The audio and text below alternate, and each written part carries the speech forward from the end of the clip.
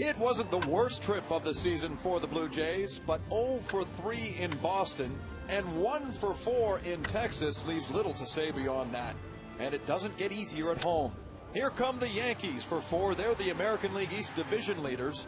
And the Twins are in town too. They're in the thick of the Central. The beauty of baseball is you never know what you're going to see on any given night, so stay tuned because somebody might do something special.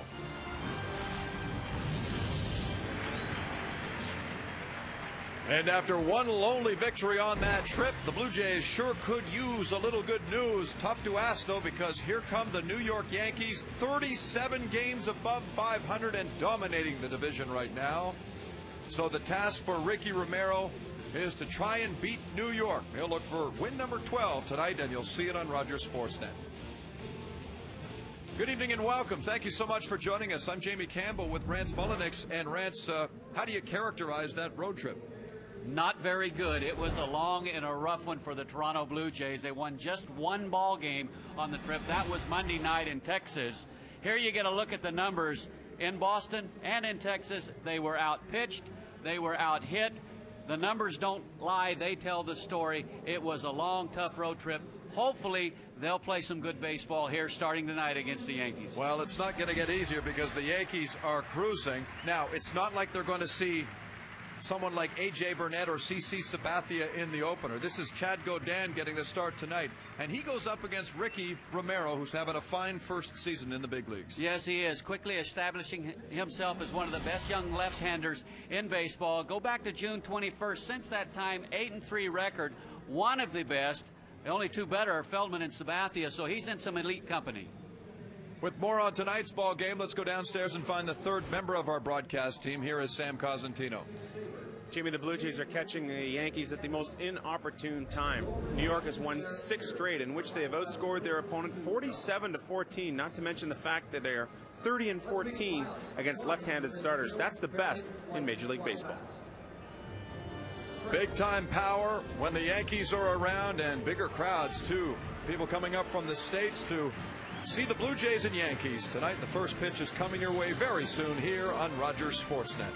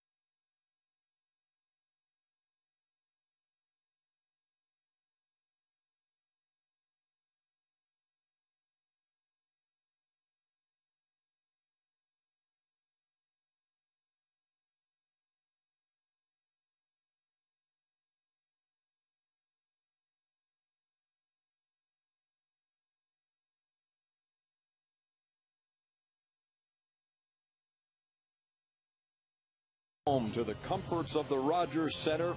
And when they got here, they were greeted by the New York Yankees, who rolled into town for a 4-game series. And the Yankees have every right to feel good about themselves right now. They are absolutely cruising after sweeping away the Baltimore Orioles with a 10-2 victory in yesterday's ball game. They'll go up against the Blue Jays tonight and send this lineup with Derek Jeter leading off. And look at his average right now, .332. He is among a host of power hitting New York Yankees. The Yankees right now have 6 different men in their lineup who have hit at least 20 home runs, and by the end of the year could easily have 8. Alex Rodriguez among them. He has really made an impact on this team after spending the first month away. Johnny Damon now with a career high in home runs. He's got 24. So the Yankees, whether it's at home at the new stadium or on the road, have dominated the division so far.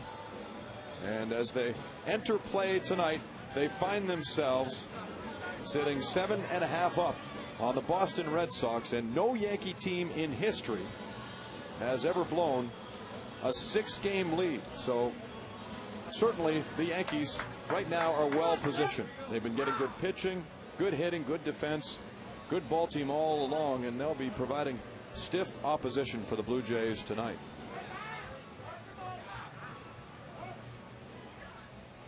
Ricky Romero will take the hill, and he's fresh off a start on Saturday in Boston. When he really survived, he took the loss, and his record fell to 11-6.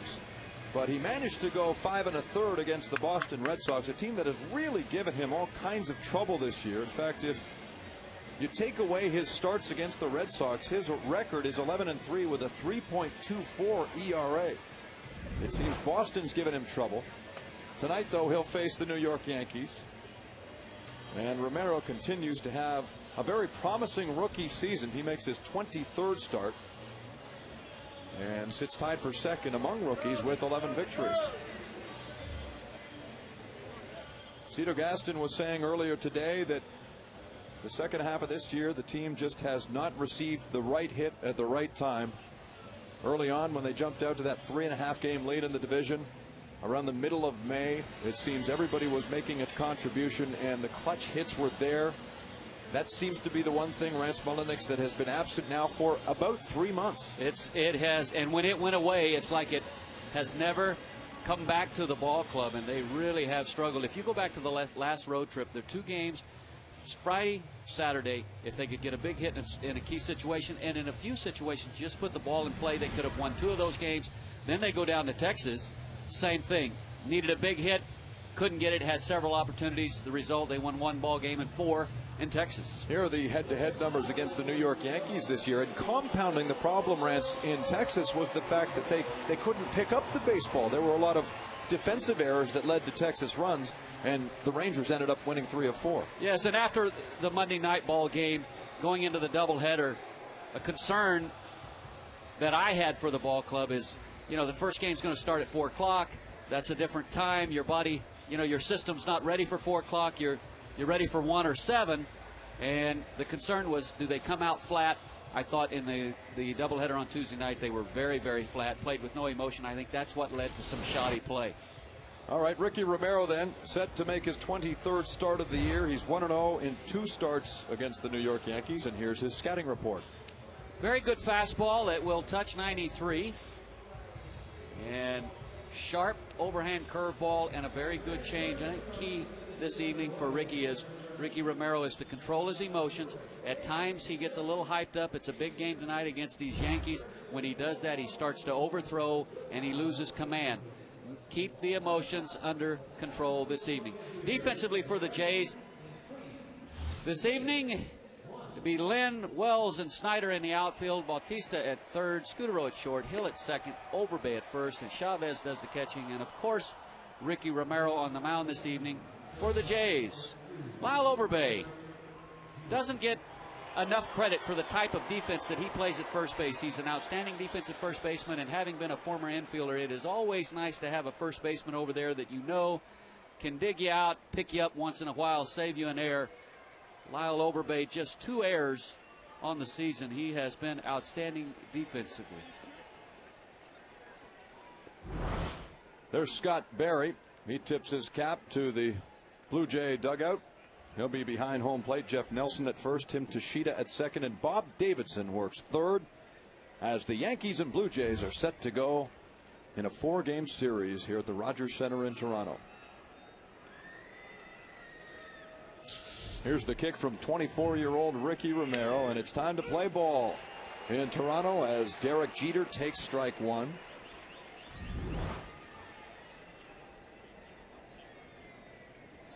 Jeter, one of several Yankees having a fine year. As he awaits the 0-1, here it is, and it's chopped back to Romero.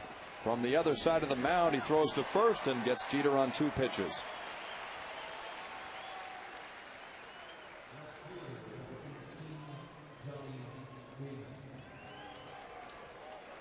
That brings up Johnny Damon, who has clearly taken advantage of the new dimensions at the ballpark in New York. 24 home runs for Damon. That ties his career high.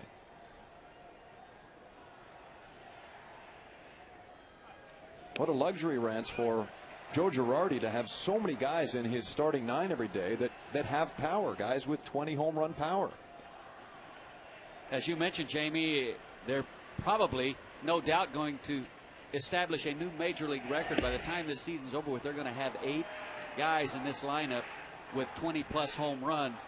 But not only are they hitting for power, but if you go down the line and look at these batting averages, Jeter 332, excuse me, Damon 293. You've got a ball club here that can really hit also. They're just not sluggers. There's a wave and a miss from Damon. And so it's a ball and 2 strikes here on the number 2 hitter, just underway from the Rogers Center in Toronto. And for the most part, they do a nice job also of making you throw strikes or get them out in the strike zone. So these are complete hitters up and down this lineup.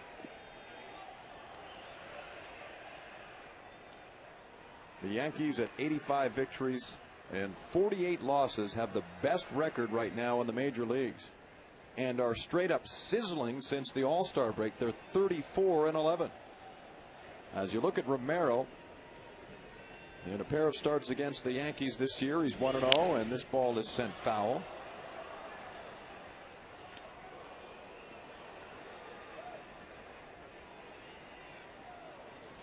The challenge for Romero is to defeat a team that plays well against left-handed pitching. The Yankees are 30-14 against left-handed starters this year.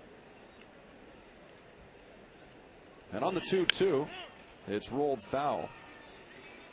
Goodness, I mean, we haven't even managed 2 outs in this ball game, and statistically it seems like as if the Yankees should just be handed this ball game. They've got all these power hitters. They're doing so well against left-handed pitching. They're running away with the division.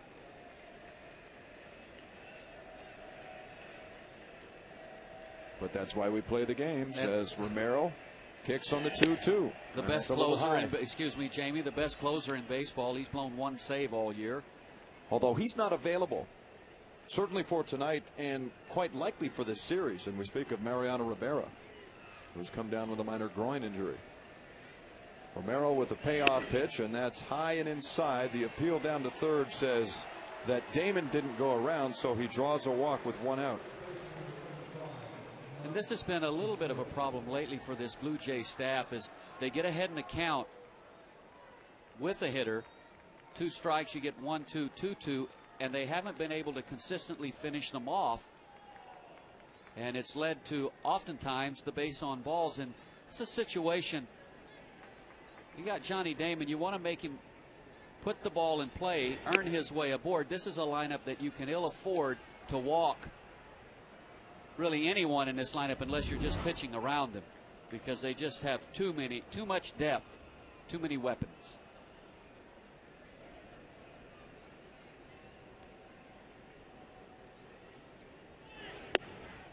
Teixeira takes a strike. You know one of the reasons here, you got to look at, since 2007, Teixeira among switch hitters leads the pack with 95 home runs. But one of the reasons why this Yankee ball club is so good against left-handers. There's a base hit to center field. And Teixeira pushes Damon up to second.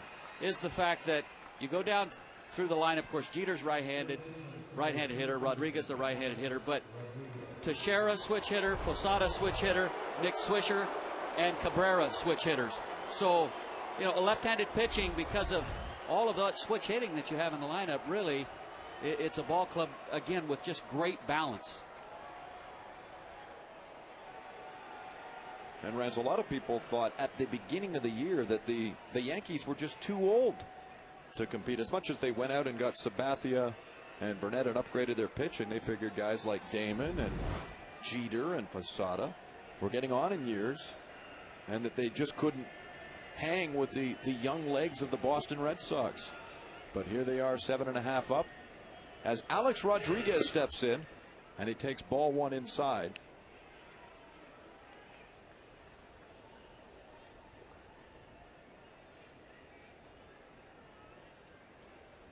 Quite an achievement for Rodriguez in that Baltimore series, as he managed career hit number 2,500.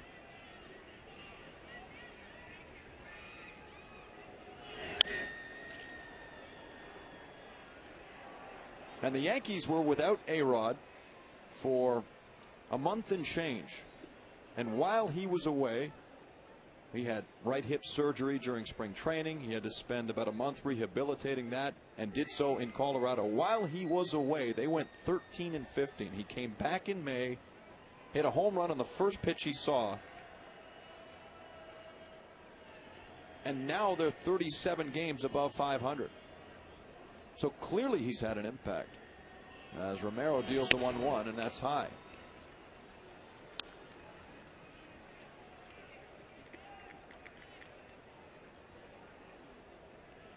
And Ricky Romero needs to keep in mind, use that changeup here tonight. Right here you have a 2-1 count. It's a fastball count. Rodriguez has not seen the changeup. Be a good time to go to it. Maybe catch him out front on the end of the bat, get a double play ball. And that looked like a pretty good pitch.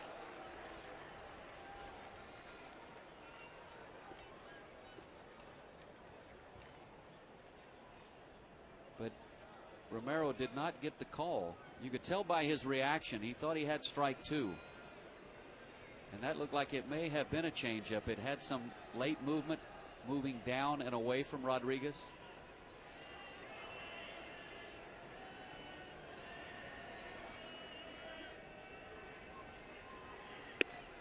Ball four to Rodriguez. So Derek Jeter was an easy out. He took 2 pitches, and since then a walk to Damon, the single to Teixeira, and now another walk. This one issued to A-Rod. Brings up Hideki Matsui.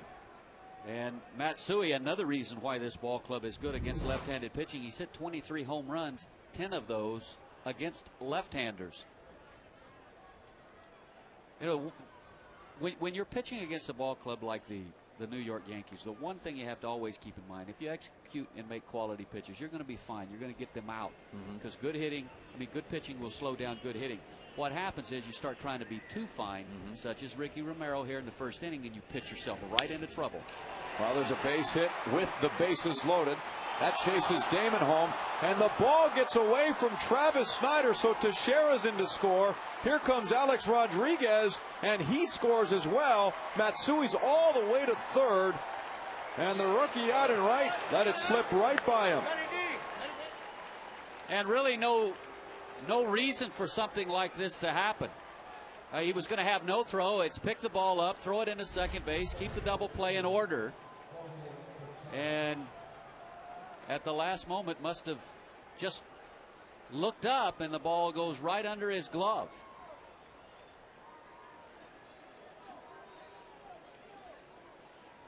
So here's how they scored: a single for Matsui. He's credited with 2 runs batted in. Charge an error to Travis Snyder, put Matsui at third, and just like that, give the Yankees a 3-0 lead. And I go back to the walk to Johnny Damon. He basically had Johnny Damon beat, let him come all the way back in the count, draw the base on balls, and then this sets up the entire inning.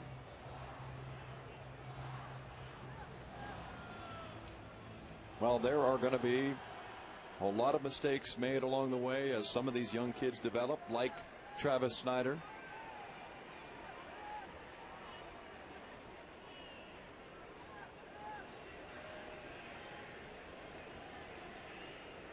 And so Jorge Posada, the catcher, stands in there with Matsui at third. The infield for the Jays halfway in.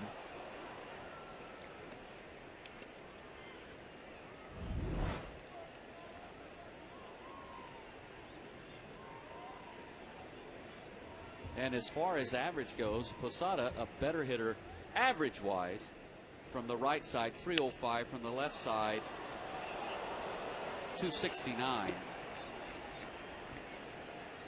Let's go back to that error by the right fielder Snyder. If you're Cito Gaston, what do you tell young Travis Snyder when he comes back to the bench, or do you need to say anything?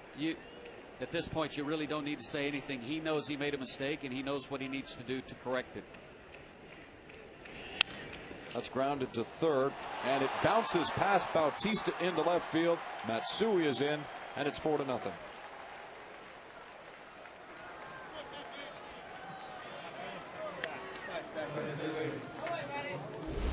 You're looking at a ball club right there that it doesn't matter who they're playing or where they're at, they expect to win. Mm-hmm. And they most certainly, here in the first inning, taking it to the Blue Jays.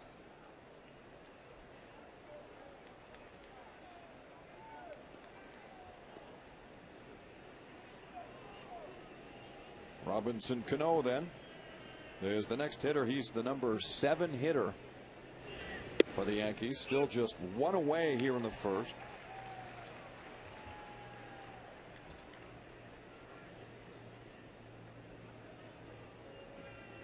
You've played on a team, Rance, with that air, perhaps in 1992. Played on. Must have been fun to come to the and 1980 with the Kansas City Royals. Yes, and through the all through the 80s with the Blue Jays. Must have been fun to come to the ballpark when you figured you could beat anybody. That was the mindset, and that's the mindset that you have to have. And it almost sounds arrogant, but I was fortunate enough to play on a lot of really good ball clubs, and for us, it didn't matter if we were in Boston, New York, out on the West Coast. We always felt like it was the other ball club that was in trouble. And for me, there's absolutely nothing wrong with that attitude. That's one you have to have. You have to feel like you belong and you can play against anyone. In 162 games, you're going to lose your share. How did you take losing? Sometimes it depended on the situation and the loss. Losing was never fun. Again, those ball clubs we hated to lose. But we were very resilient. We're able to bounce back, come back the next day, because once the game's in the book, it's in the book. So you come back the next day and you go after them again. Even if you have a tremendous ball club, you're going to probably lose 62 to 65 games, no matter what. There's going to be probably 60, 65 games in there where you're going to win. You're just going to overmatch the opposition. You're going to have one of those games where you win by 2, 3, 4 runs. So now you've got 30 games, 35 games, maybe even 40 there in the middle. Those which are the tough ball games that you have to win. Those one-run games which are critical. And sometimes you win those just based upon nothing more than desire. Romero's early struggles continue as he works a full count against Robinson Cano. The seats here at the Rogers Center are barely warm, and already it's 4-0 for New York. As Cano bats with Posada at first. His single drives home Matsui with a 4th run. Time called from behind home plate. And Romero will reset with his battery mate, Raul Chavez.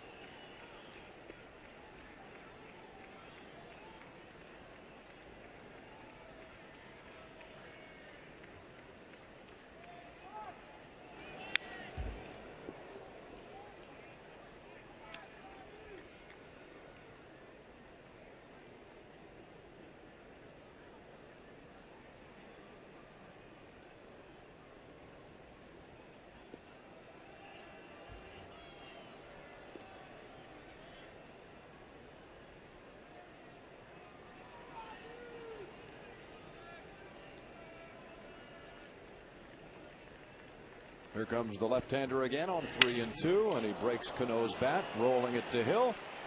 And Marcos Scutaro to first in time, and they get a double play. A disastrous first inning as the Jays allow 4 to the Yankees.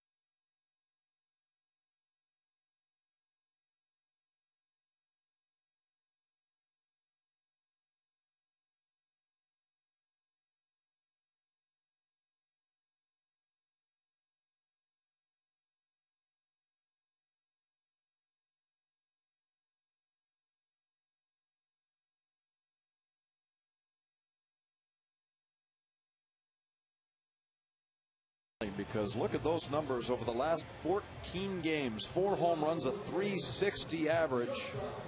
Correction, 368. He torched the Texas Rangers for 3 home runs. In fact, he's been taking care of business against Texas all year long. And tonight he goes after a right-hander, a journeyman at that, and a one-time Blue Jay, in fact, as 26-year-old Chad Gaudin makes his 21st start of the season, but just his 2nd for the New York Yankees.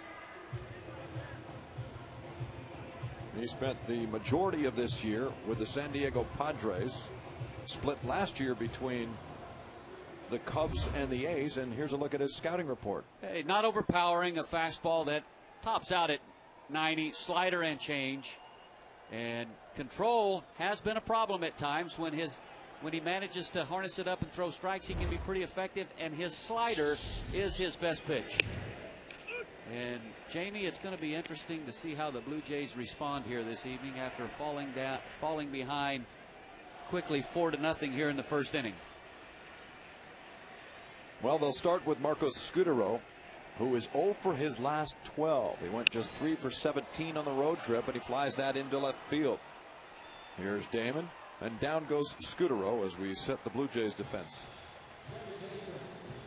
The Yankees this evening. The Yankees, right. That's quite all right. Damon in left, Cabrera in center, Swisher in right, Rodriguez and Jeter on the left side of the infield, Cano and Teixeira on the right side. Posada does the catching, and of course Chad Gaudin the pitching this evening.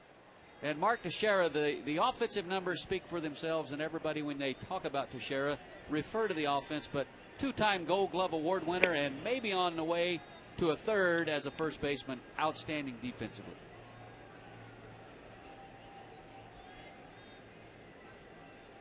Gaudin now facing Aaron Hill. The pitch is high. It's 2-0. Hill leads the Blue Jays in home runs, but he lost his RBI lead over the last 3 days to Adam Lind. Adam Lind passed up a lot of people over the last 3 days in Texas. Made a big leap, I should say. The Jays saw Gaudin at Yankee Stadium on the 12th of August. He came in a ball game that went extra innings and picked up a win in his debut with New York. The Yankees won that one on a Robinson Cano single in the bottom of the 11th inning off of Sean Camp.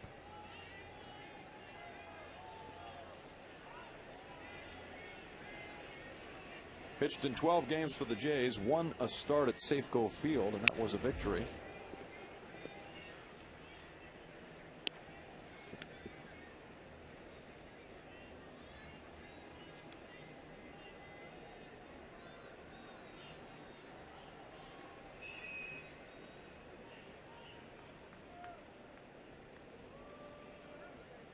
Hill was rather average on that road trip, hitting .269 as he awaits the 3-2, and he swings at it, and down he goes.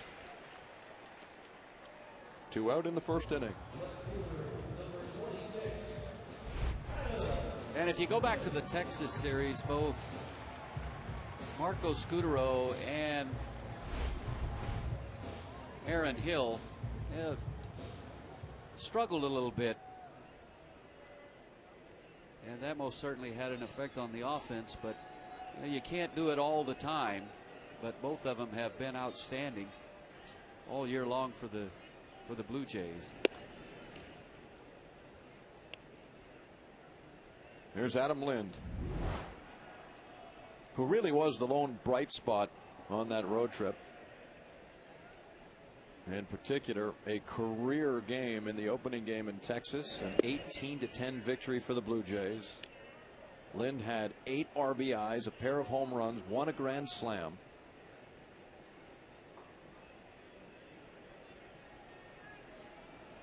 There he is facing Chad Godin.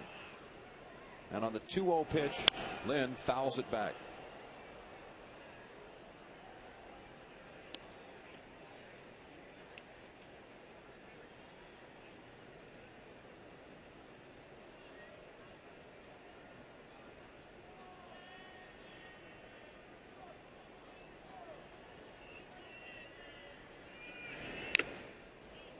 That one rings Posada's mask. He gets the new ball from Scott Berry.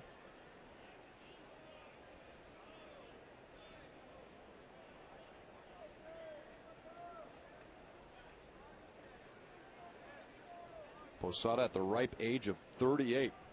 Still catching games with the Yankees. The 2-2 pitch runs inside right under Lind's elbow.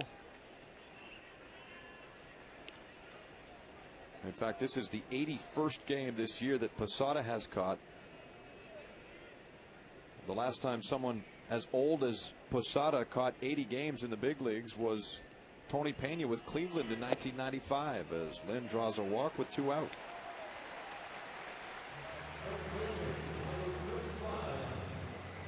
Must be nice when you get 4 runs at the top of the first inning. At least Godin knows he's got a little comfort zone to work with. You get 4 runs in the top of the first. Most certainly that makes your starting pitcher much more comfortable.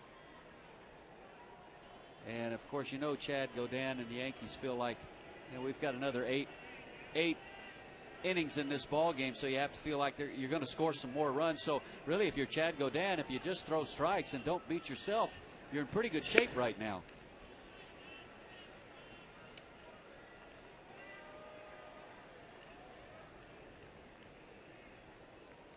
Godin last year went 9-5. Starting the year with the Oakland A's, he was eventually traded to the Chicago Cubs along with Rich Harden as he deals on the corner, and it's 1-1.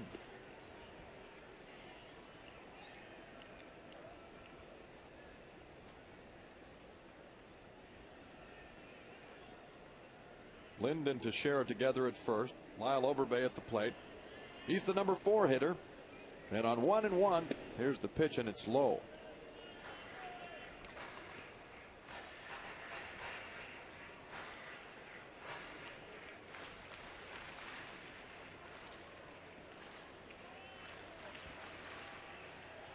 That home run that Overbay hit in last night's game in Texas was the 100th of his career. And he hit it to dead center field off Tommy Hunter in the 4th inning.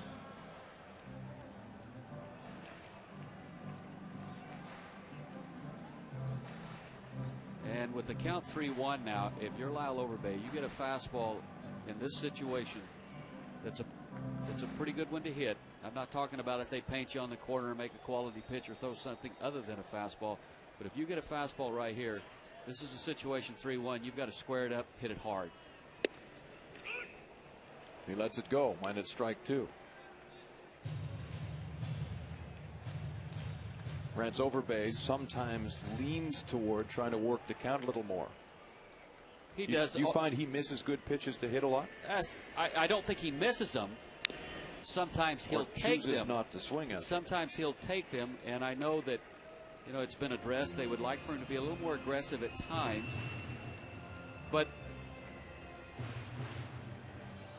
you know, 3-1, the pitch was up a little bit, but it was out away from him, and I'm sure 3-1 there, he was looking for something a little closer to him to try and drive. So you don't have a problem with the take of that 3-1 pitch.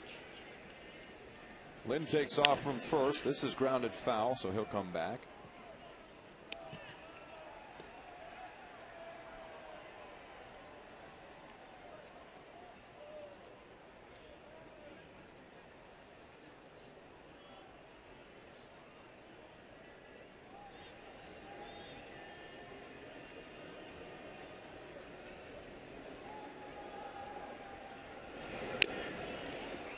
They'll try again.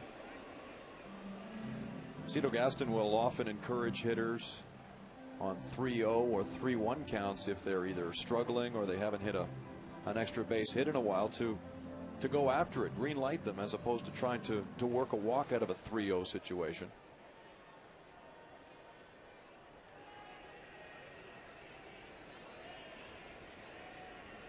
Godin here continues the battle. Here's the pitch, and it's fly to left field. Damon over toward the corner. Pulls it down for the out, and Overbay is finally gone with the third out. And after 1 inning of play here in Toronto, it's the Yankees 4, the Blue Jays no score.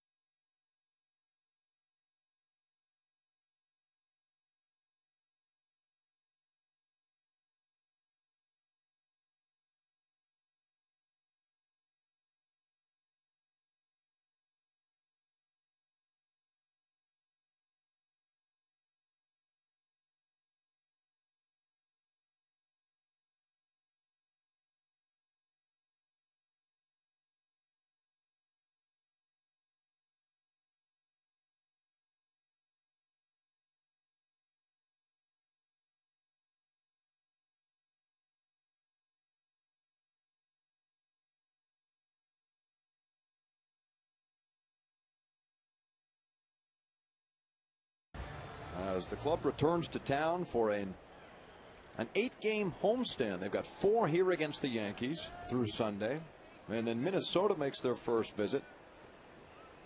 They'll start a series with the Twins on Monday, and Minnesota continues to stay close to Detroit. The Twins sitting second in the American League Central. Right now, though, the focus for Ricky Romero is Nick Swisher, the switch hitter. And Swisher takes the strike. A lot of first-time Yankees making a great contribution, and Swisher is one of them.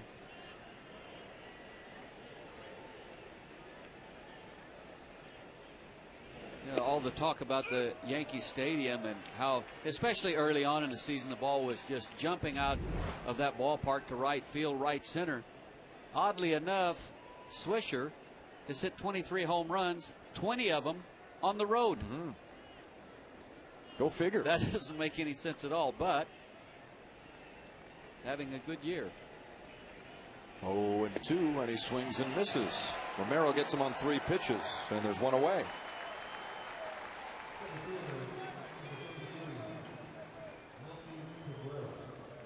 And the 0-2 pitch, you get excellent look at the changeup from Ricky Romero. He has great arm action with it, has good late movement.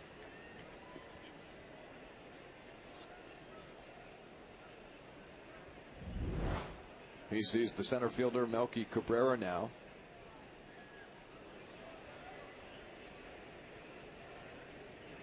At times, it's been a brilliant season for Romero. He got after that quick start and really turned some heads after winning his debut here against Rick Porcello and the Detroit Tigers.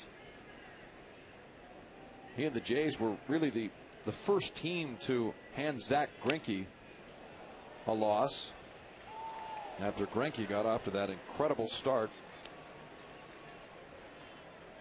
Kansas City walked in here in early June, and Romero went 7 innings in a 9-3 win for his 3rd victory of the year. And he's beaten the Yankees at Yankee Stadium, too.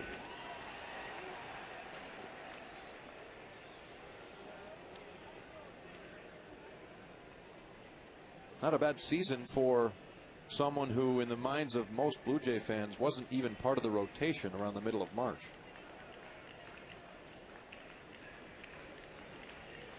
He's got 2 strikes here on the center fielder Melky Cabrera. And that breaking ball is off the plate.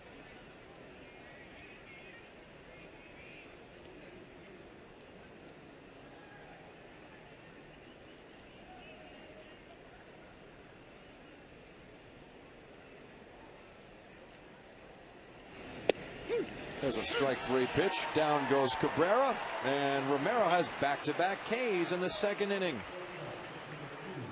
And so far in this inning, he looks like a completely different pitcher. He jumped out in front of Swisher. 0-2, struck him out with a changeup. 1-2 fastball here to Cabrera right on the inside corner. Great pitch sequence to Cabrera, and he executed every one of them. He was able to retire Derek Jeter on 2 pitches when Jeter led off the ball game in the 1st. The Yankees scored 4 times in that inning. Here's Jeter again, and he slaps that foul. And Jeter enters the game with a .433 average over his last 22, so he is starting to heat up as we get into September.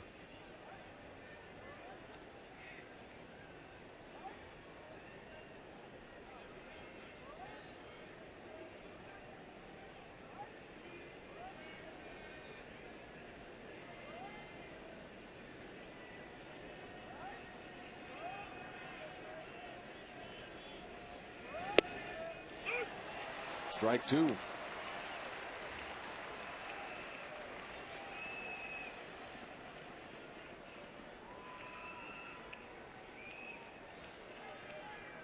Chavez ponders the situation. I would not be at all surprised if he throws him that changeup. It's been working very well. There it is away, and he got him to swing at it. Down goes Jeter, and Romero strikes out the side. Still 4-0 New York.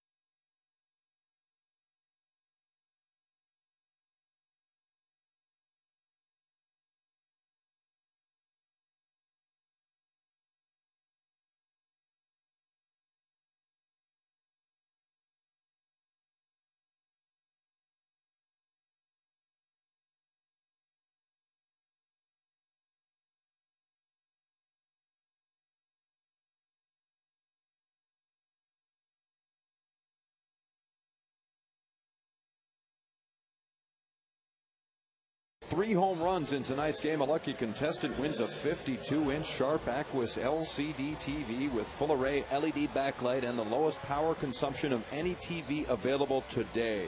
As well, you get a Blu-ray disc player. Aquis LED, the evolution of LCD TV, continues. To enter and find out more, please visit hitahomerunwithsharp.ca. Back at the Rogers Center, this is Jamie Campbell with Rance Bolanix and Sam Cosentino. 4-0 for the Yankees. They scored 4 in the first on 3 hits and a costly error committed by Travis Snider. But Ricky Romero, seemingly unfazed, came back in the top of this inning and struck out the side, getting Derek Jeter with a changeup to finish things. And so here come the Blue Jays with Vernon Wells, the center fielder, slapping the ball to short. Jeter has it, and he throws out Wells, 1 down.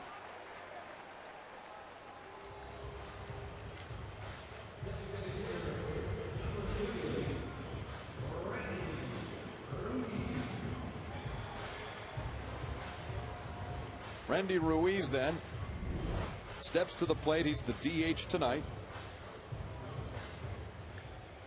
He went 2 for 3 against the Rangers last night with his 5th home run.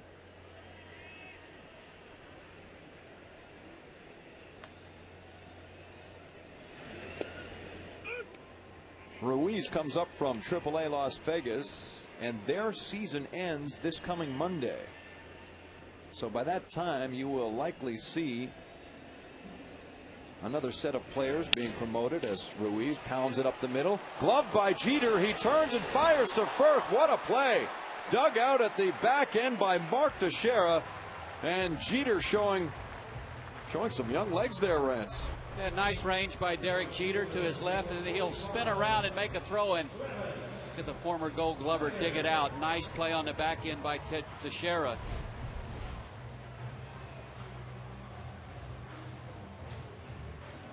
Well, as an infielder, it's a great feeling when you know you have a first baseman. Just get it somewhere close, he'll make a play for you.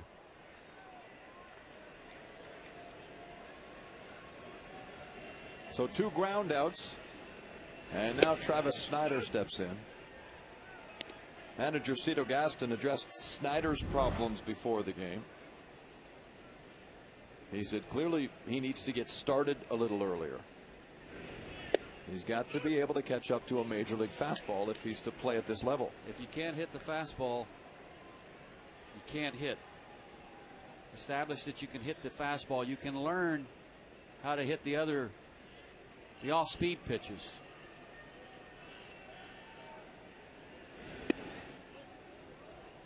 They're clearly tweaking with Snider too. Gene Tennis had him lower his hands before the game in Texas last night because they're the numbers. $167 since he came up. The 1-2 here, runs in and hits him in the toe. Well, that's one way to get on base, and Snider does.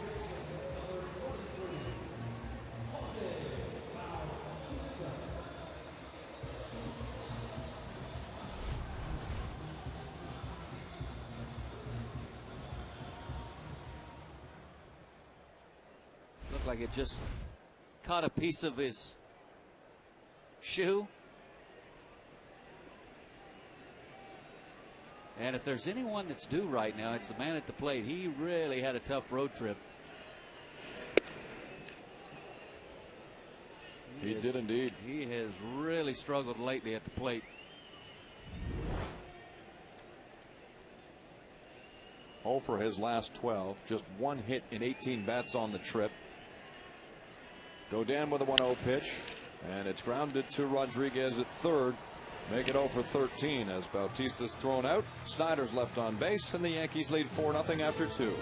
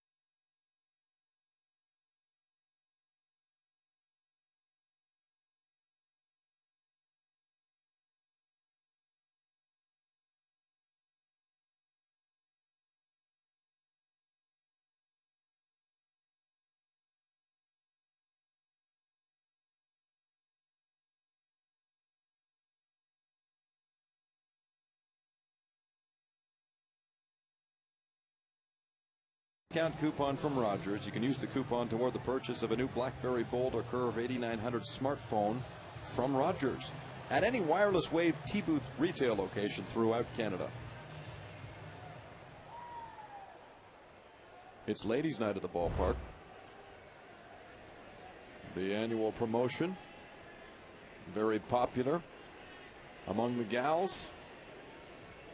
Most of the Blue Jays fans naturally, so they can't be terribly happy with a 4-0 deficit right now as Johnny Damon, who walked and scored, leads off the third for New York. I'm Jamie Campbell with Rance Mullenix and Sam Cosentino. Good to see our Sportsnet.ca columnist and statistician Scott Carson back in the booth after a well-deserved break. Ricky Romero, who struck out the side in the second inning, gets a strike here to even the count on Johnny Damon. It's a tale of 2 innings, Rance. 4 runs scored on 3 hits in the first, and he struck out 3 straight in the second. Let's see what kind of performance Romero gets here as he sees the ball lifted to left field. Lynn comes over and makes the catch. Damon is gone, and there's 1 away.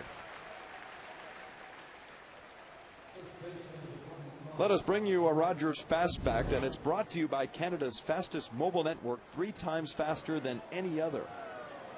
During this 6-game win streak, the Yankees have outscored opponents 47-14, including CC Sabathia's 16th win last night, a 10-2 victory over the Baltimore Orioles.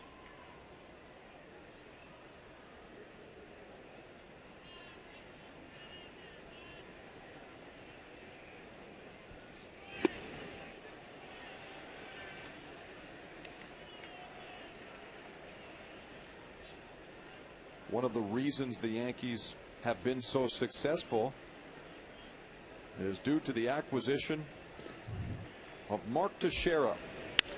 And his numbers speak for themselves as he lifts this ball down the line and it's out of play.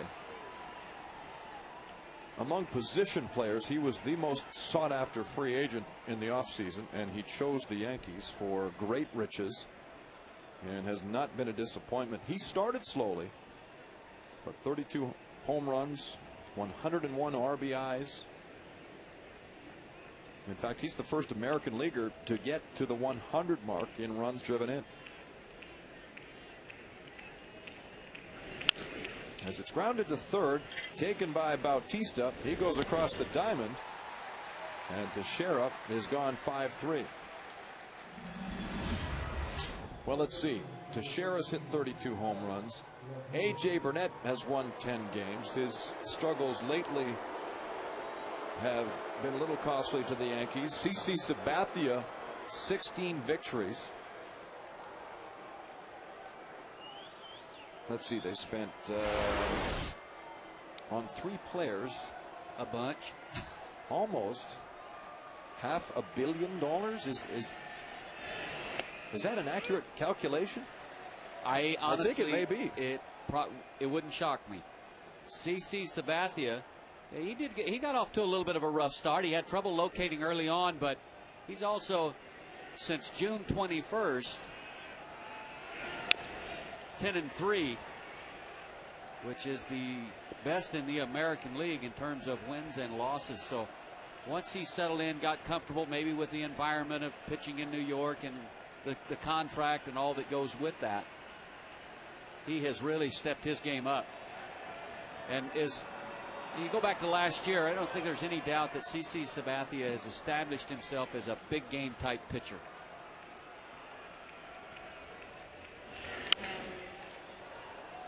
Well, they got Sabathia, they got Burnett, they signed Teixeira.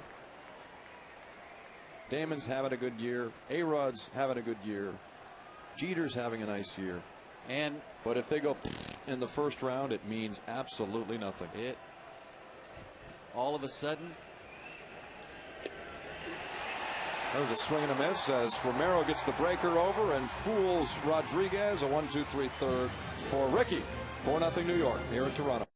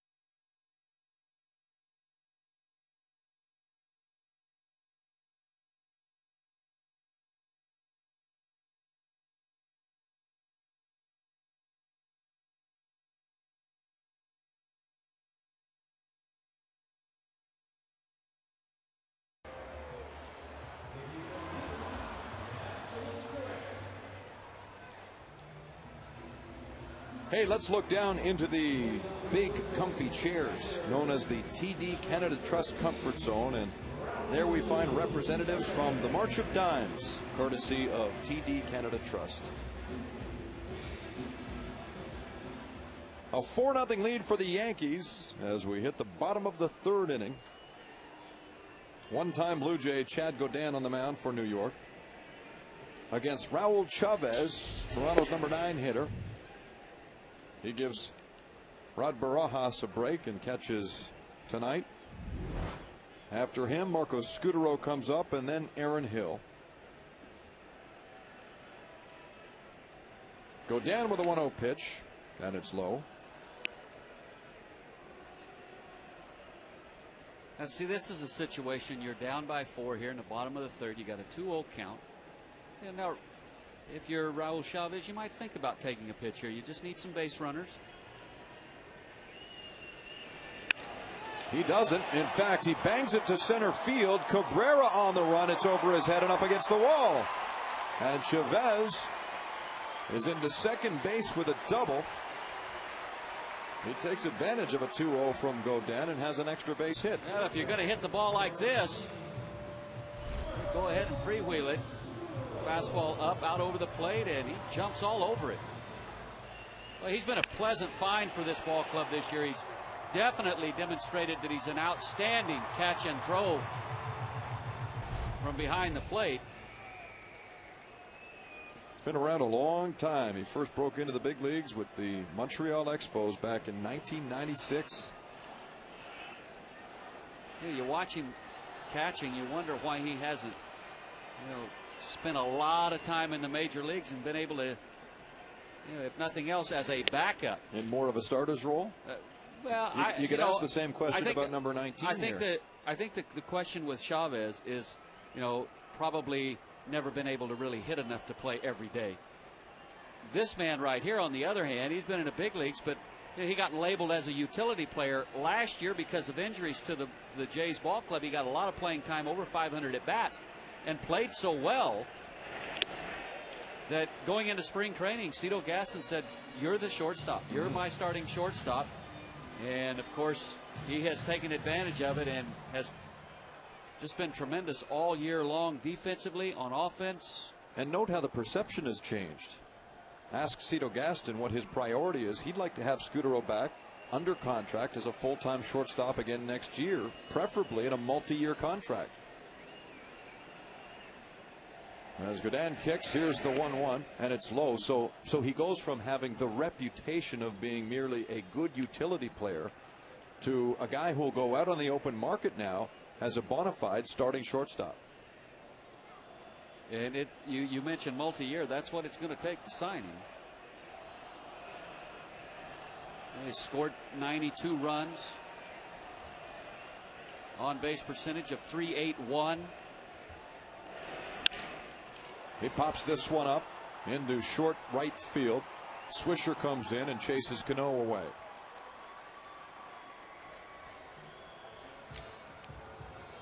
But he has, over the last 3-4 ball games, been off just a little bit at the plate. He had a good at bat there, got himself a good pitch to hit, and he missed it. Popped it up to right field. When he's swinging the bat well in a good groove, he doesn't miss that pitch. He'll hit it hard. He'll put it in play hard. When you play as often as Scutaro and Aaron Hill, who stands up there now against Gaudin, and he pops it up too. This is Teixeira at first base. As you know, Rance, Cito has penciled their names into the top of the order all year long, almost every day. Is there a wall to be hit in September sometimes? Sometimes you get a little tired, a little physically tired, and I don't know that that's the case with Marcos Scutaro and Aaron Hill.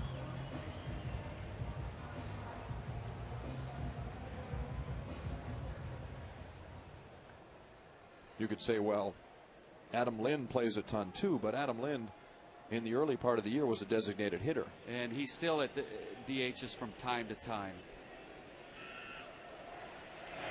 Here he is with 2 out and a man at second base in the bottom of the third inning.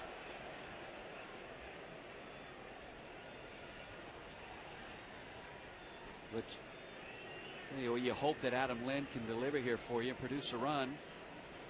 It's always tough when you're down and a hitter leads off the inning with an extra base hit, gets in scoring position, and you're not able to pick him up in scoring, because if you just execute a little bit, you can pick up that run. There's Chavez up at second And after his leadoff double. Excuse me, Jamie, and you never know. I mean, it is early. There's a lot of baseball left to play. It looks like Romero has really settled in the last 2 innings. He's been outstanding, and he may pick. Let's assume from this point on he goes 6th, 7th, into the 6th or 7th, holds this offense of the Yankees down. You pick up that run out there right now, it could factor in later in the ballgame. Well, let's go downstairs. Sitting about 15 rows up from home plate is Sam Cosentino. Well, Jamie, a monster series for Adam Lind in Texas. I asked him why he had so much success there. Didn't really blame anything other than having weather where it wasn't 100 degrees and didn't wear him down. Surely he was seeing the ball fairly well. Here's Chavez breaking for third as the ball goes right between the wickets of Jorge Posada.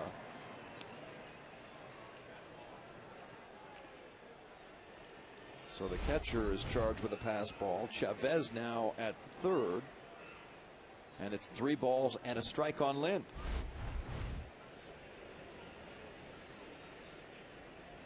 Louisiana native Chad Godin sets then, and here is the pitch, 3-1, and that misses inside, ball 4. Lind draws a walk, his second of the ball game.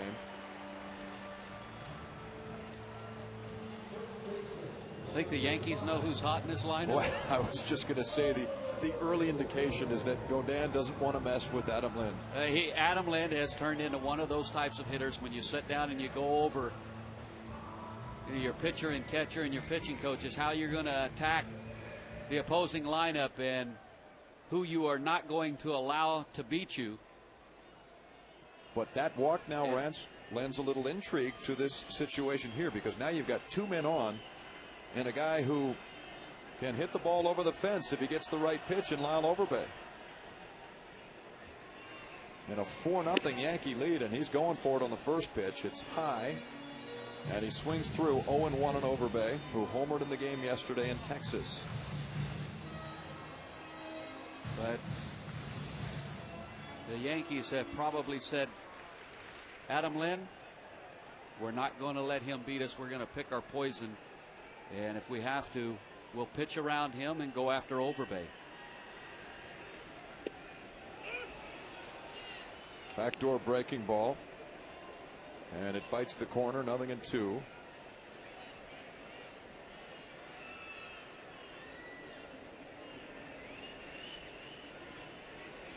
Godin again.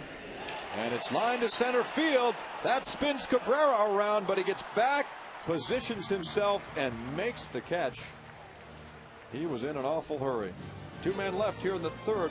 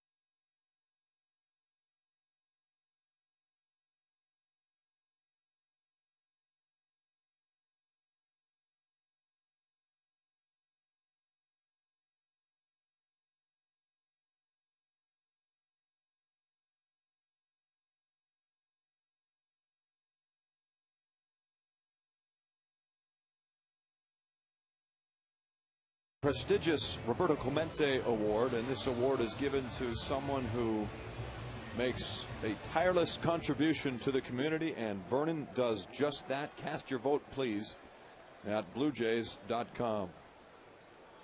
He has heard it from the crowds here at Rogers Center a good portion of the year, but you cannot mistake the heart of Vernon Wells and his work with, in particular, the Rookie League organization, part of the Jays Care Foundation.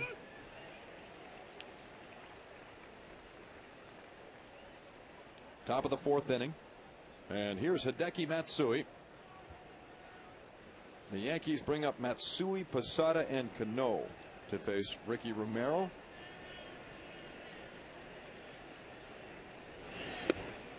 Romero has encountered one bad inning, and that was the first when he gave up 4 runs.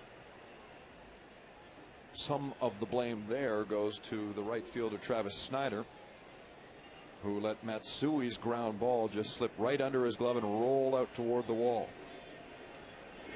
And that 2-base error led to additional runs for the Yankees. They had a 4-0 lead after 1, but Romero in the second and third has been terrific, striking out the side in the second, getting a 1-2-3 third.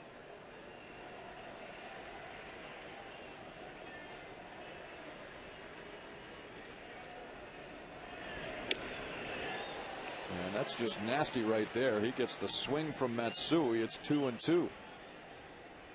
Well, in his last outing in Boston, that's a pitch that Romero didn't use effectively, was his changeup, and he has a very good one. And you eliminate the first inning, second, third, and here to Matsui. He's really found the feel for that pitch, and it's made him a completely different pitcher. The toughest pitch to hit in baseball is a good changeup, and he has, you won't find a better one around. He has great arm action, and it moves late and hard.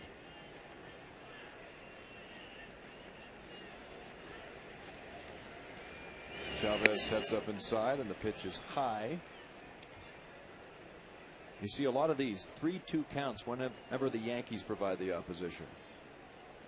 They're not exactly a bunch of free swingers. No, they aren't. They're professional hitters, and they have an idea what they want to do. And for the most part, up and down the lineup, they have pretty good command of the strike zone. Ball 4. So a blemish for Romero as he walks Matsui, the leadoff man of the fourth inning, issuing his third free pass. Here comes Jorge Posada, who was the object of a few laughs in one of the games down in Baltimore when on 2 different occasions he wasn't aware of the count. In fact, on one occasion, ball 3 was thrown, and I believe Posada started his way down to first base, and the umpire had to call him back and say, wait a second, it's only 3-2. On another occasion, I think ball 4 and didn't know he'd walked. Yeah, and I believe he thought he had struck out when it was only a 2-strike situation, and he had to be called back to the plate. Had a lot on his mind. Well, he's a catcher. He's got to catch. He's got to.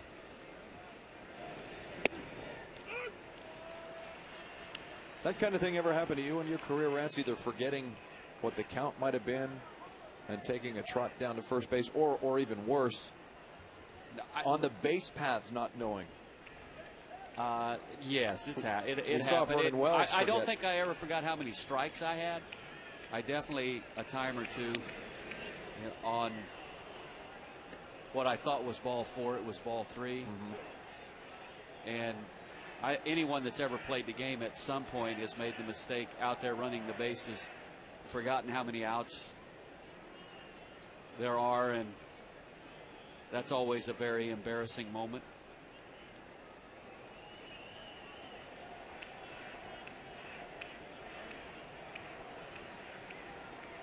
Here's Romero, the 1-2 pitch, and he gets Posada. And so far, that changeup has been his best pitch. Would you agree? Yes, it has. It's been a very good one for him. Gets another strikeout with it here.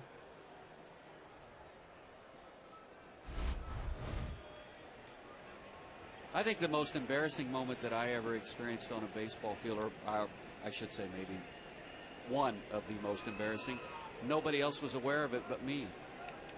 There's a runner at second base. 1 out.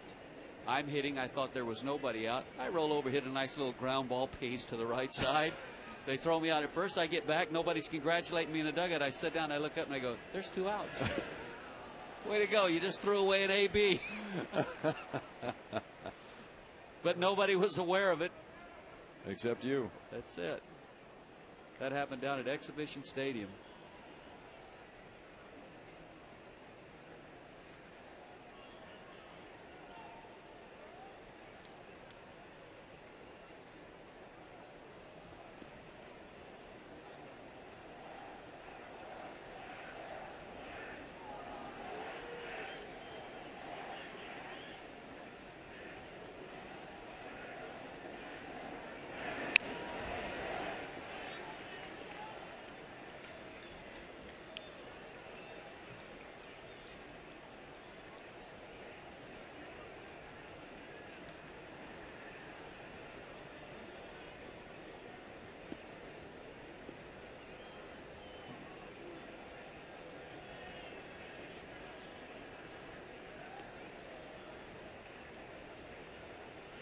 Chavez sets up a way outside, and he gets the strikeout pitch anyway. And again with the changeup. And it shows you how good Romero's changeup is. They're trying to get this pitch away. It's actually up a little bit, and for the most part in the middle of the plate, but it still fools Robinson Cano. So Romero has fashioned 6 strikeouts already. With 2 out in the 4th inning, he'll face Nick Swisher.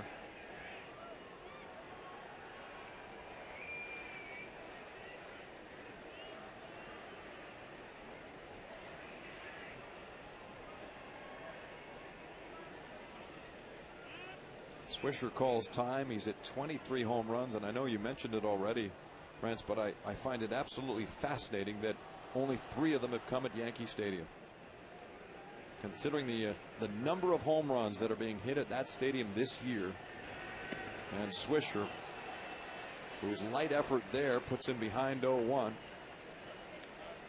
has only 3 in the home yard. That's incredible. That swing on that first pitch, you think by chance he was geared for a fastball? Matsui with a very short lead at first. Here's Romero, and that's inside. 1 ball and 1 strike on Swisher, who's still under the terms of a contract he signed with the Oakland A's, but since then he's been with the Chicago White Sox for a year, and now New York.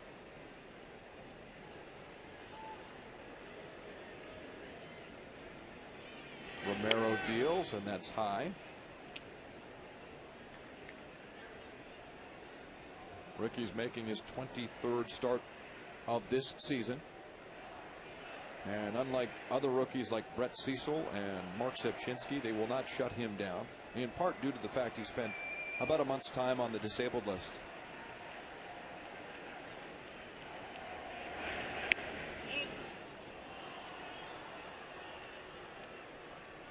Sepchinski pitched game 1 of the doubleheader in Texas on Tuesday and was told afterward that that would be it for him.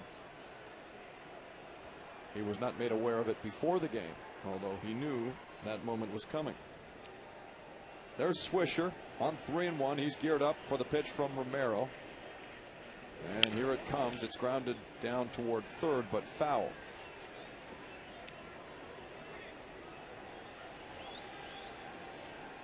And so Sepchinski has been shut down, and Brett Cecil is next to go.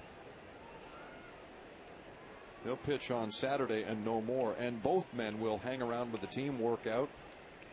You won't see them throw many baseballs, though. And Romero into his 5th year in professional baseball and out of college. Matsui goes from first. It's low for ball 4. So among the problems for Romero tonight is the fact that he's walked 4. And so 2 of the 4 have scored. He's had more time to build up his arm strength, his endurance. The first inning he walked 2, which really set up the entire inning. Now he was hurt somewhat by the error by the right fielder, but those 2 base on balls he walked, Johnny Damon and Alex Rodriguez, set the entire situation up. And here, a base on balls, 2 strikeouts, and then another walk, and he put himself back into a position here of a little bit of trouble.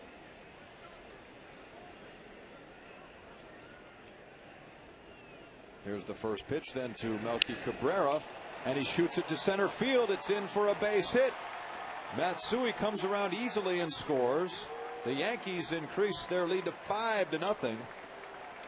And it gets a little bit redundant, but you go back to Hideki Matsui, whom he had down in the count, tried to be a little too fine, didn't finish him off, and now he comes around to score on the base hit by Cabrera.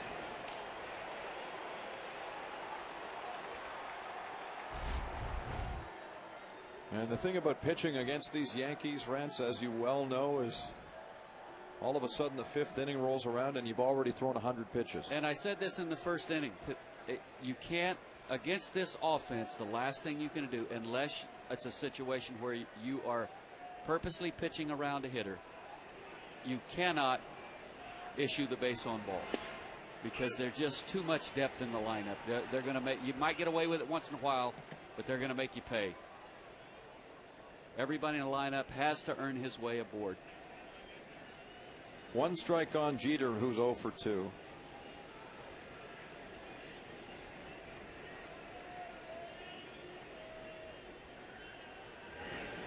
You made the comment at the start that you just can't try and be too fine against a team like this one, because they'll just sort of grind you to death. But is the opposite feeling, well, if I make a mistake and I make a mistake in the heart of the plate, they're going to crush it? That's what makes you grind. That's what makes you nibble so much. And again, you have to realize that this is a good offensive ball club, but to get them out, every pitch doesn't have to be a nasty one, knee high, right on the black on one side of the plate or the other. You could, every time you make a mistake, it's not going to get clobbered. And if you go out there and pitch like, if I do make a mistake, it's going to get hit hard, and you get tentative again, and you start nibble, nibble, nibble. What has happened? The 2 times that he's gotten trouble in this ball game, what happened? Throw down. Chavez can't get Cabrera. Good jump by Cabrera off of first base. Romero not paying any attention to him, really. And he just goes on first movement, and no chance for Chavez to throw him out. He did a nice job to make it fairly close. But the 2 times that he's gotten in trouble in this ball game, if you think back a little bit, it's when he got a little wild, a little too fine, couldn't finish some hitters off. Walked 2 in the first inning. He's walked 2 in this one. And 3 of the 4 walks have come in to score. And you will never know, but if he makes those 4 guys that he walked put the ball in play, different story, perhaps. And more than likely, percentages say that it would be a different story. 2-2 on Jeter. 2nd and 3rd for the Yankees. He gets Jeter to swing. And so the star at the top of the order is 0 for 3. The rest of the Yankees are doing quite well. They're up 5-0 here on Rush.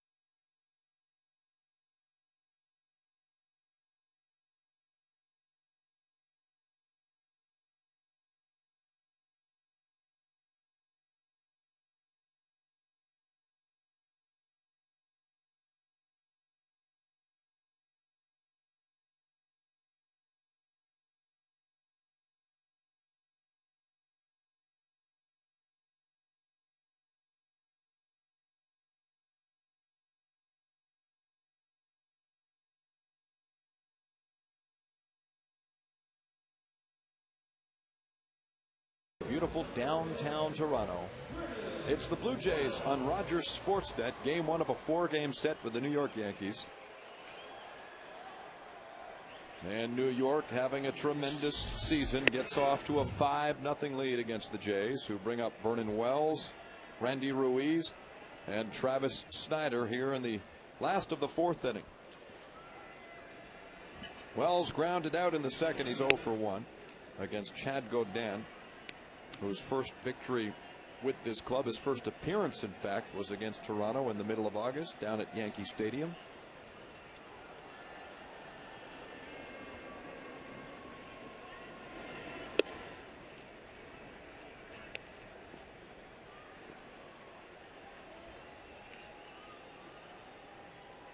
Gaudin was released by the Cubs in spring training.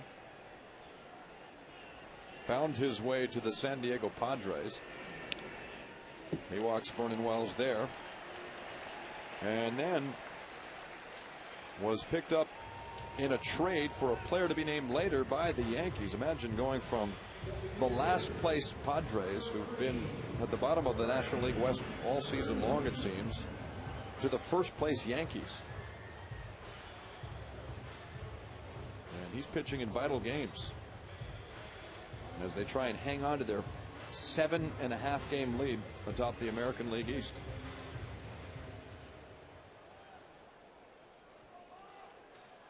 Hey, right now, as it stands, you would think these Yankees going into the playoffs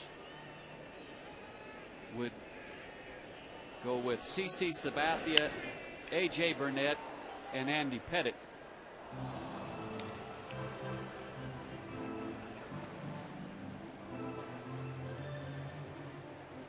And lost in all this, Andy Pettitte has quietly had himself an outstanding season. Very much so. The old veteran just keeps getting it done. He's certainly considered retirement at the end of next year. There he is talking with AJ Burnett. He's 12-6 on the season.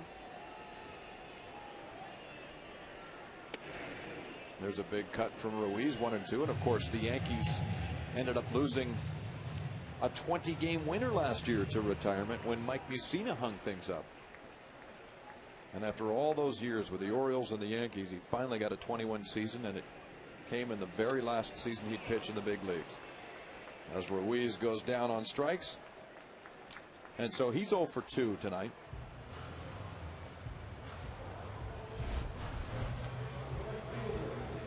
That's his go-to pitch, and his best pitch for Gaudin is his slider, or call it more of a slurve. It has a little more break to it than a slider, not as much as a curveball.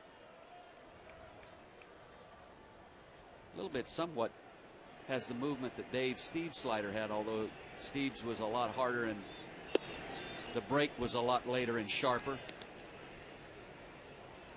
Steve had the kind of slider that you could look for it and couldn't hit it. Had a lot of hitters, opposing hitters, tell me,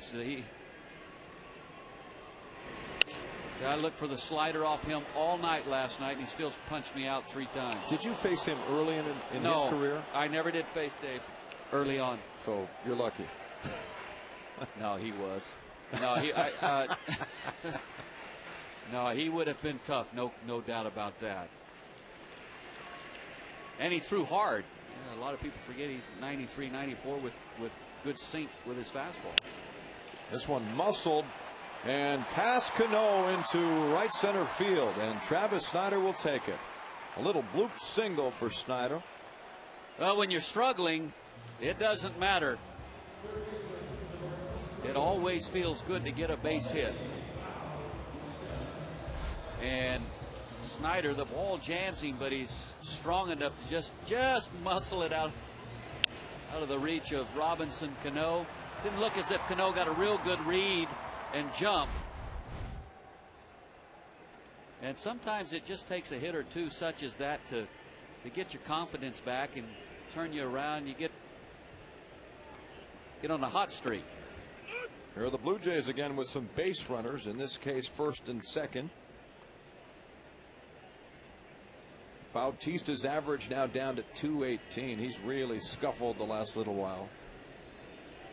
0 for 1 tonight against Godin. Takes strike 2 and immediately falls into an 0-2 count. And now he's on the defensive. And that seems to always be the case when you're struggling. Seems like you're constantly 0-2, 1-2, and you have no idea what the next pitch is going to be or where it's going to be, what side of the plate. His time, at least at third base, is limited because Edwin Encarnacion is due to return on Saturday. And Cito wants to get him back in at third base and give him some playing time as the season closes out. Go down with a 1-2 pitch. And this one muscled foul by Bautista. It's out of play. Yeah, sometimes when you're struggling, typically what happens, you have a lot of thoughts. And you start to think too much. And you try to do too much. Sometimes you're better off just to say, look, I'm going to go to the plate. I'm going to look for a fastball. If I get one, I'm going to try to put a real nice swing on it. Oh.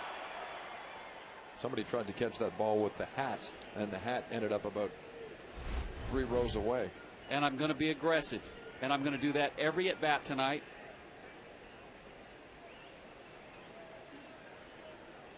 And I'm not going to worry about mechanics or anything else.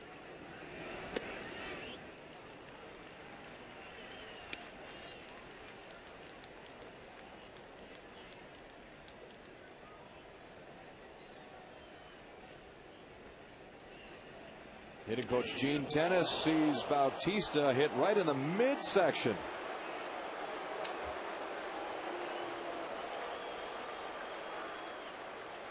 Godin has hit 2 tonight. He got Snyder in the second and now tags Bautista here in the 4th. It looked like it's trying to go inside with the fastball. And just gets away from him.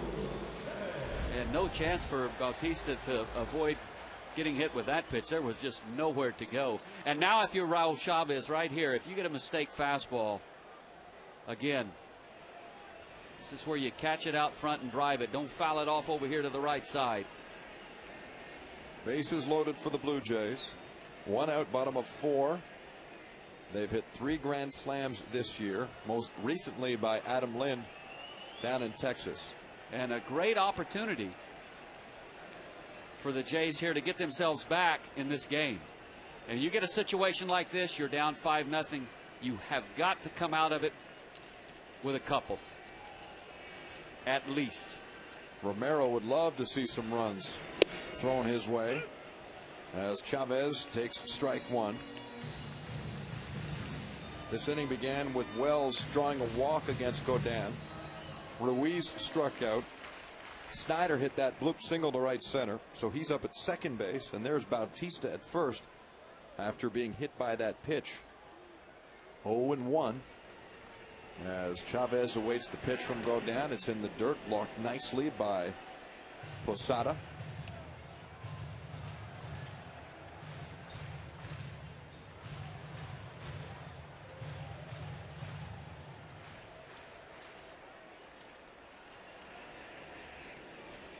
Chavez is a career .346 hitter against the Yankees.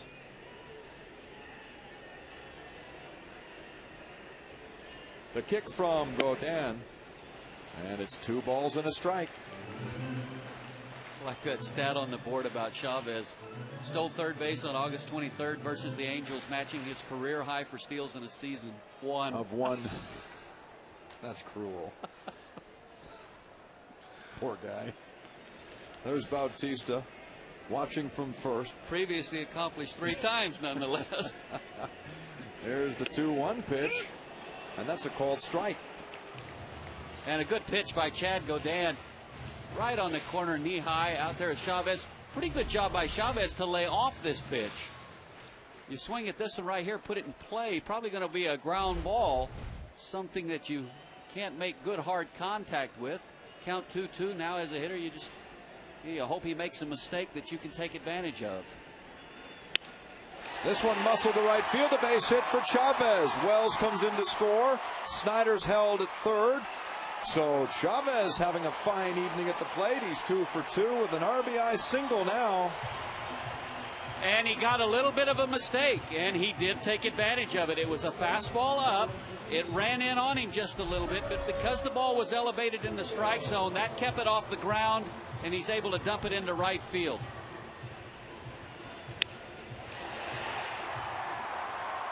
See Swisher charging very quickly, and the throw into the cutoff man Teixeira. So Dave Island, who is the pitching coach for the Yankees, has a brief word with the battery tonight. Posada and Godin. 5-1 for New York as the Blue Jays get that run back they gave up in the 4th inning. And here comes Marcos Scutaro, who is 0 for his last 14. And you talk about timing. Scutaro is not the kind of hitter who goes into prolonged slumps. He's been fairly consistent all year long, and an 0 for 14 can't last forever. So here he is, and he goes after the first pitch and flies it into right field. There's Swisher, and the ball is just out of his reach. And maybe Marco Scutaro and the Jays just caught a break, because it looked as if that ball initially was going to be playable. Now Marco Scutaro has to be thinking, I've gotten a new life and another chance. And it looked as if Nick Swisher, if he really hustles over hard, might have been able to reach in and make a play on that. I think ball. You're absolutely and correct. He looked like he coasted a little bit. So there's the 0-1, and it's a good looking pitch, but it goes for ball one.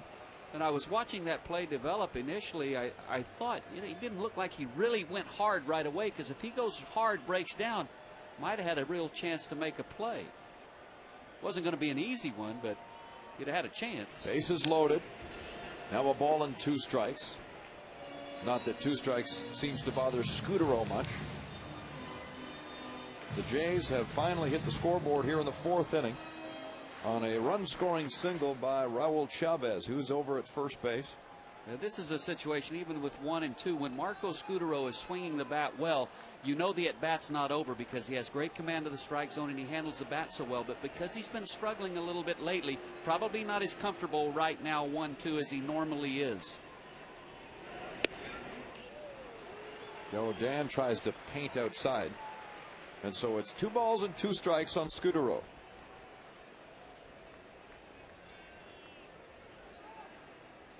Deep in right field, Alfredo Aceves, who's been exceptional for the Yankees, especially in 2 and 3 innings of work out of the bullpen, starts to throw, and Godin knows that. The 2-2 misses. It's now 3-2.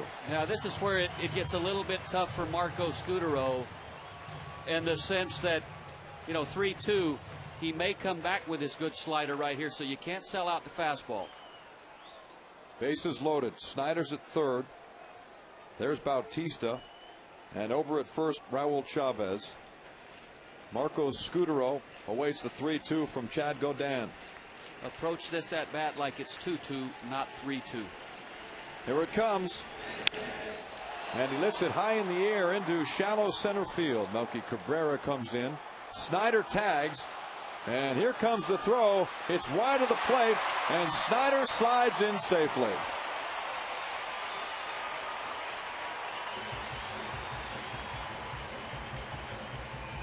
So Scutaro gives himself up and cashes in a run in the process. Well, Cabrera, execution was perfect. He got all of his momentum behind the throw, but just a little off the mark. And of course, Travis Snyder, for a man his size and his build, runs pretty well and able to score no problem.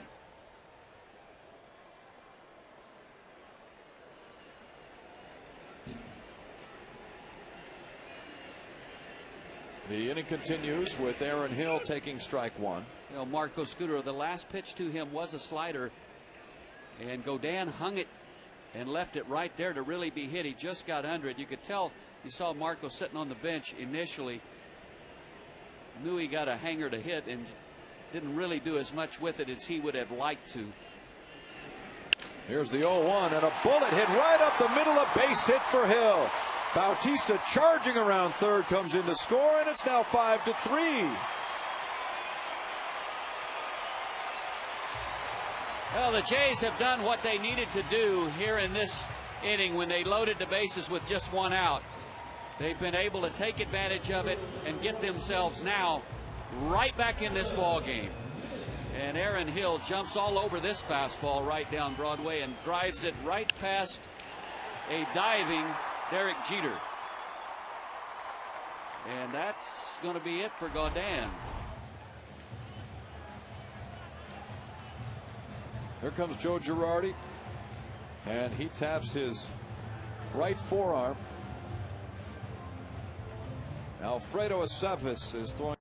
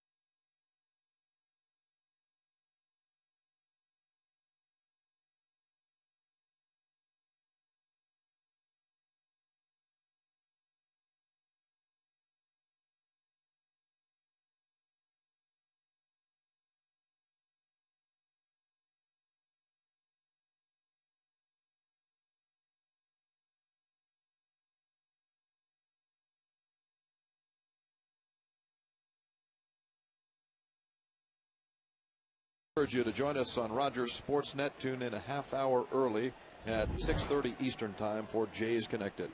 Here is Alfredo Aceves, and look at that record, 9-1 coming out of the bullpen. He comes in here to face Adam Lind with a couple of Blue Jays on base. The first pitch is inside. Aceves has been ultra impressive for the Yankees this year. Back in July, he picked up a 4-inning save against the Jays in a 10-8 victory when he gave up just one hit over 4 innings, striking out 5. The 1-0 pitch to Lind is sent foul, and it's 1-1. So Aceves replaces Gaudin, who only lasts 3 2/3, but he departs leading 5-3. Aceves in 67 in the third inning, just 12 base on balls, so he's a strike thrower. And you come into the ball game 6th or 7th. That's popped up. Here's Posada over for a look, and it's out of play. And you come into the ball game in that 6th, 7th, 8th inning. Oftentimes with this Yankee ball club, the offense that they have, they find themselves down, or even such as the 5th, although they're in the lead right now. If you hang around for a couple innings, pitch some shutout baseball, you got a real good chance to come away with a W. Because this offense, obviously, on many occasions this year, has come back in the late innings of a ball game to win it. 2 strikes now on Lind. Aceves sets at the letters, and here he comes. Swing and a miss, and that's it. The inning comes to an end, but the Blue Jays score 3 times, and New York's lead now at 2. It's 5-3.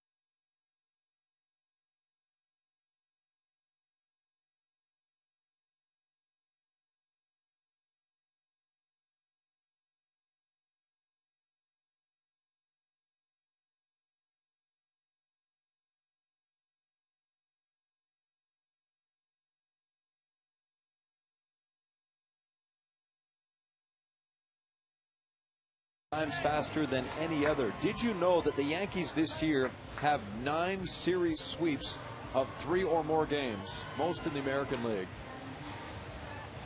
You would expect those kind of numbers from a team 37 games above 500. Chad Godin will watch this one now.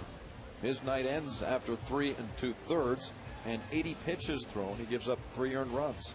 And a little bit of lack of command got him in trouble here tonight. He walked 3, hit 2 batters.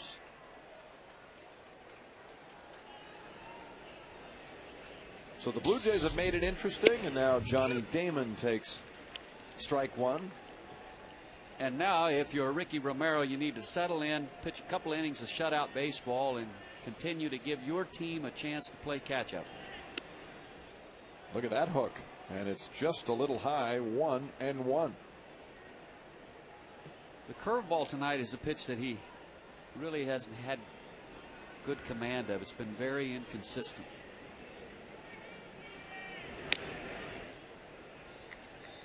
It'll be Damon to Sherrup and Rodriguez for the Yankees here in the 5th inning.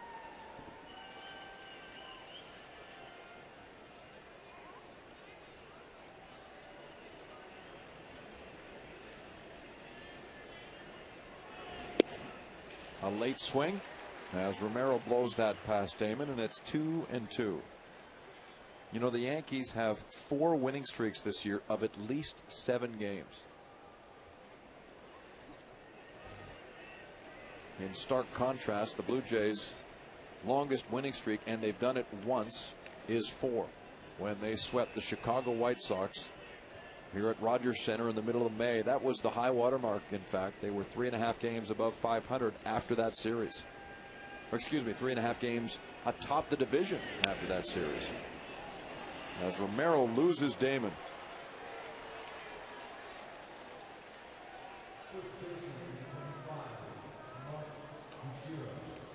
So walks really, Rance, have been a problem for Romero in this game as well. But both times he's been in trouble in this ball game, it's been due to the base on balls. Mark Teixeira digs in now. He's 1 for 2.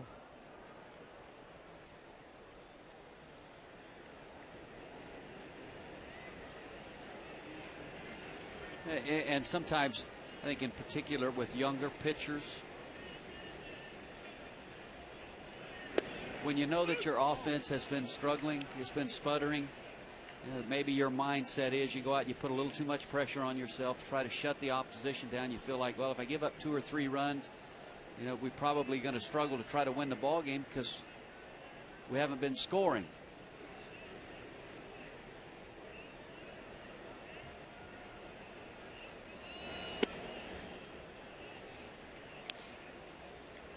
Let's assume it's easy to get amped up for games against the Yankees or the Red Sox. Ricky Romero realizes that he tends to overthrow when he gets a little too excited. He does. And that might have been a factor in the game Saturday at Fenway Park. It could have, and it very well may have factored in the first inning of this game. Top of 5, there's Damon, held on by Overbay. Mark Teixeira at the plate. A snap throw to first gets Damon back. Usually what happens when Romero starts to overthrow, he loses the command of his fastball, and then of course your curveball and your changeup are field type pitches, and when you're overthrowing those, you have virtually no command. Here's the 1-2. And that seemed to bounce right off the plate and into Chavez's glove. But sometimes you have to step back and, I know I do, remind myself that it's not an easy game to play, and it's tough out there on that mound, and it's a learning process for these young pitchers. Little tapper picked up by Chavez, but it's called foul. So Teixeira will come back. Let's bring in Sam Cosentino once again. Well, Jamie, I think that's why it's so important to get these September starts, and I think that's why Brett Cecil was initiated back into the rotation for 1 and maybe 2 more starts, because you look at these situations and you say to yourself as a young guy, things you want to do moving forward: minimize damage in an inning, maybe allowing 3 runs instead of 4 for Romero in that first inning, not walking a leadoff guy after your team scores runs, and then grinding it out against tough teams. All of these things can be learned here in these September starts for the Blue Jays young pitchers. Absolutely, Sam. Thank you so much. As the 2-2 is thrown wide of the plate. With young pitchers, young players, they're going to make what I call mental errors, mistakes, and they can do that through a course of an at-bat or out there on the mound pitching to a hitter. When it bothers me is when you see veterans make those types of mistakes on a consistent basis. Then there's no excuse for it. But these young guys, it's on-job training. And we said this before, at the major league level, it's a tough place to have to learn. And you're going to have to be resilient, be able to take your knocks, make some mistakes, and mentally be able to overcome those, not lose confidence, and continue to try to make strides and learn from those mistakes.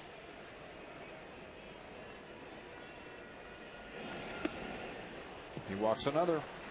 Not a good start here in the 5th after the Blue Jays scored 3 in their half of the 4th. Romero perhaps hoping for a shutdown inning. Walks the first 2. And the last thing you want if you're a pitcher, regardless of the team, is to see Alex Rodriguez coming up with men on base.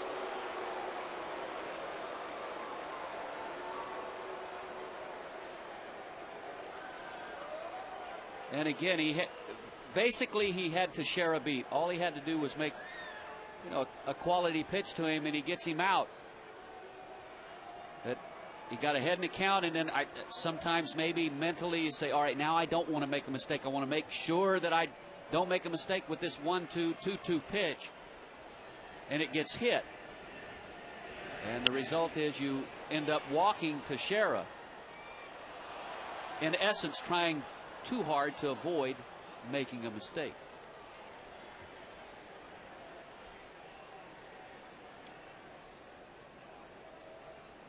He's walked 6 in the game. That's a career high for Romero. He's got a strike on Alex Rodriguez.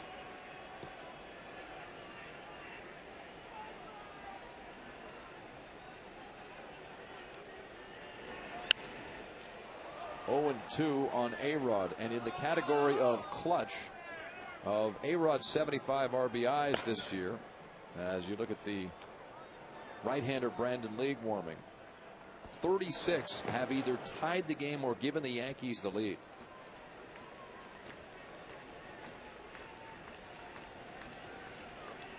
He's got men at first and second, nobody out in the 5th. and his team enjoys a 2-run lead. Romero with the breaking ball, grounded up the middle, a base hit. Damon scoots around third, and it's 6-3 New York.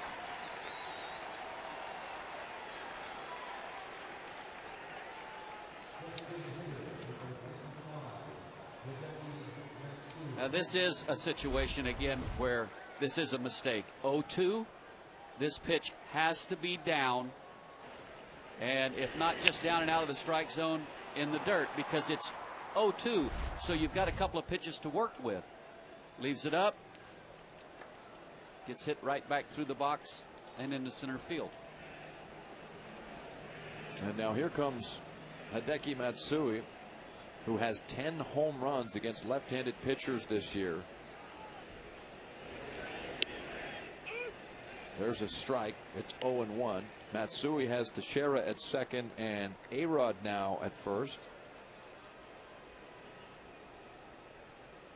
His single in the first inning cashed 2, although he was able to go all the way to third base on the play after Travis Snyder had the ball roll right under his glove for a 2-base error.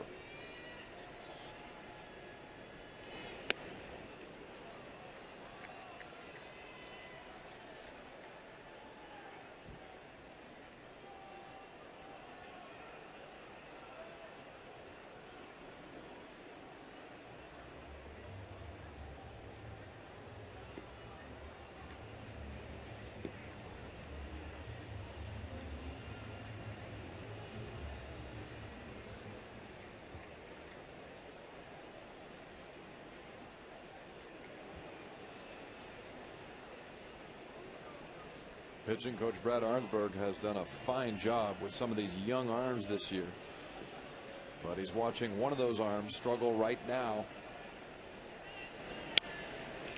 as Matsui fouls it back. It's a ball and 2 strikes.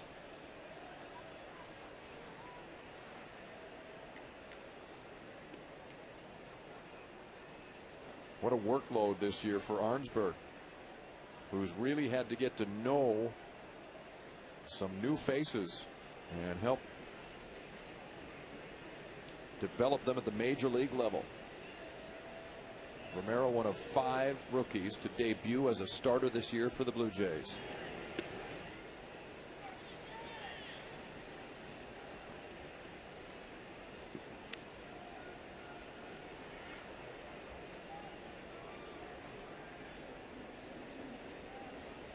Scott Richmond was on the hill last night. He took the loss and fell to 6-8. Joe Inglet sits beside him watching the action here. 6-3 for New York. 2-2 on Matsui. The kick from Romero, grounded down the first base side.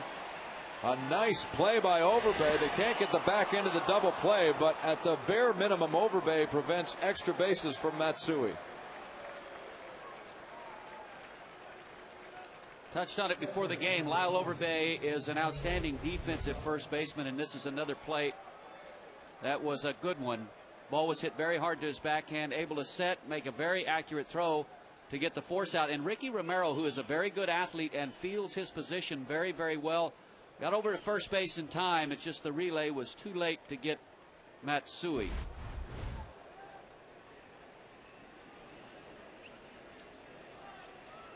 So Teixeira is up to third on that play. On the fielder's choice, Matsui's parked himself at first base. Grabbing a little dirt is the catcher Jorge Posada. He's 1 for 2.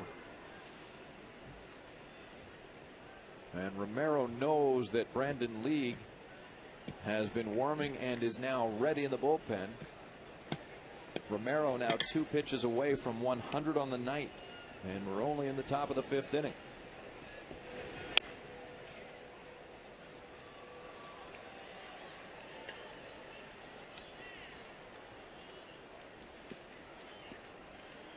Rance, you can sometimes tell the way a team plays the game based on the length of the games. The last 3 losses by the Blue Jays in Texas, last night's game and then both of the doubleheaders, came in under 3 hours, each one of them. But the Yankees tend to win games and do so in 3+, sometimes 3.5 hours.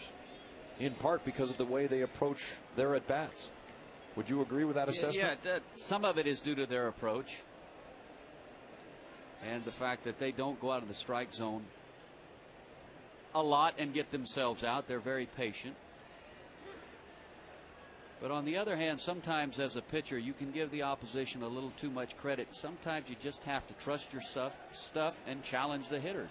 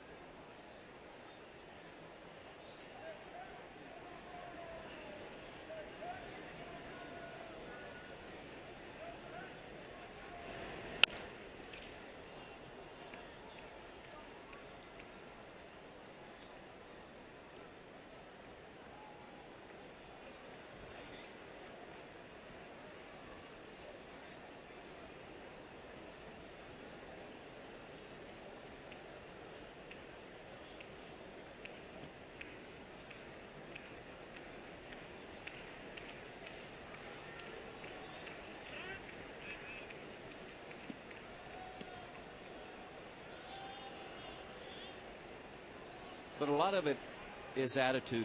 The Yankees have some good players, some outstanding players. There's no doubt about that. But the mindset of the ball club is no one can beat us.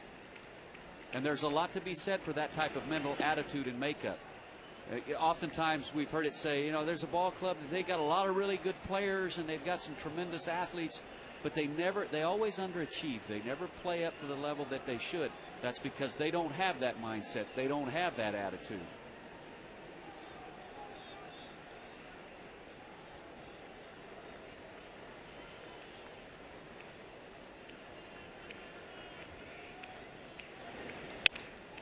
Slap to right field. In comes Snyder. It drops in front of him. Teixeira races home. Add another run for the Yankees on the bloop single by Posada. And that's it for Ricky Romero. Cito Gaston has seen enough. He saw his club get to within 2 runs, needed a shutdown inning, and could not get it from the young left-hander from Los Angeles. So he'll go to the bullpen and bring in Brandon Lee.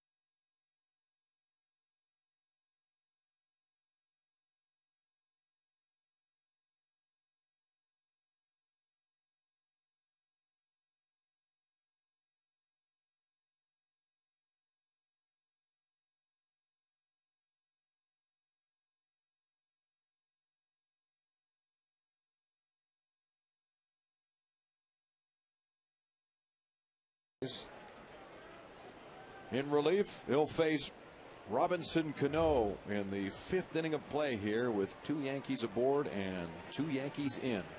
A 7-3 New York lead. They've scored twice here in the 5th inning.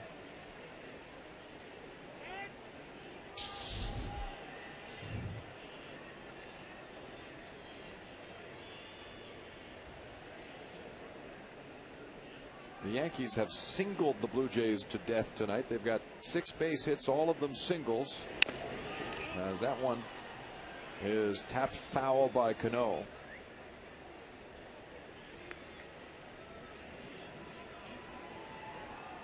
The Jays just got back from a series in Texas in which 14 home runs were hit, 7 by each club.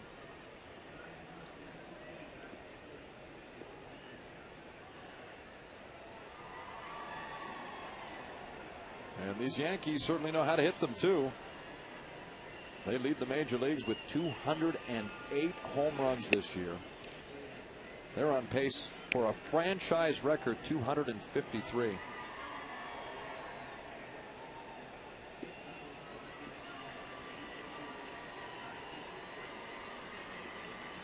In the ball game tonight, Ricky Romero issued a career high 6 walks, 5 of them scored. As Cano gets under this one, lines it out to center field. Wells makes the catch and sends both runners back.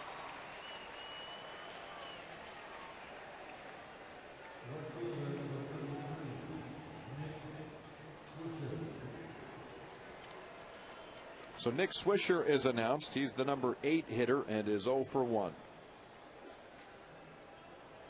He'll face League, who's sporting a new look.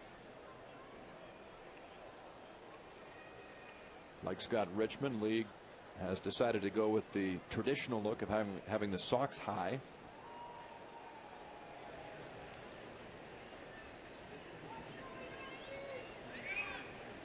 Trying to mix things up a little bit. He leans in and gets a sign from Chavez. Yankees at first and second. And now with the right-hander on, Swisher turns around to the other side and bats from the left. He's a switch hitter.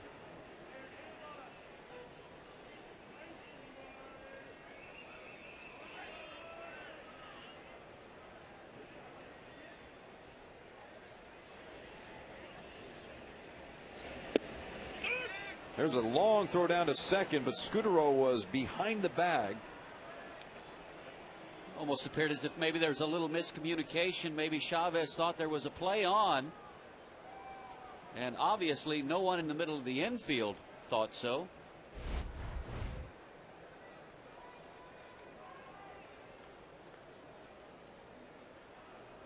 Marco Scutaro, based upon his positioning defensively, didn't have far to go to prevent the ball from going into center field.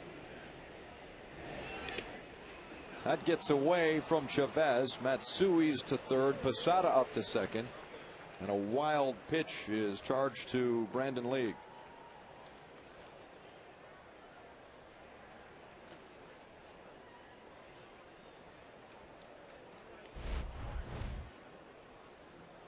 Looked like a split finger fastball. Good technique by Chavez. He just unable to use that chest protector to kill the ball and keep it right in front of him. That is the 8th wild pitch thrown by League this year that leads the Blue Jays.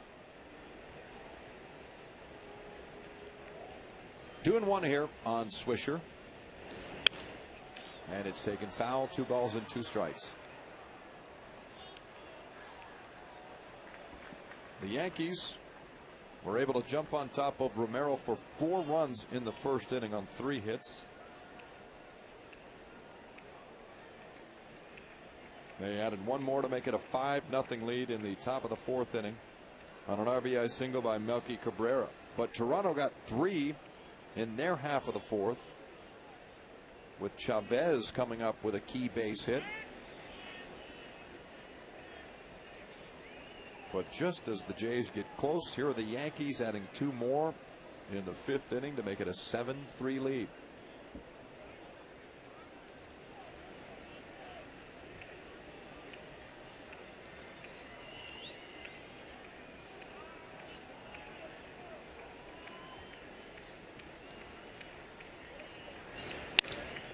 Sky to left field, and Lind is back toward the track. He's got it. Swisher's retired, and so too are the Yankees, but they add a couple of more and lead 7-3. You're watching Blue Jays baseball on Rogers Sportsnet.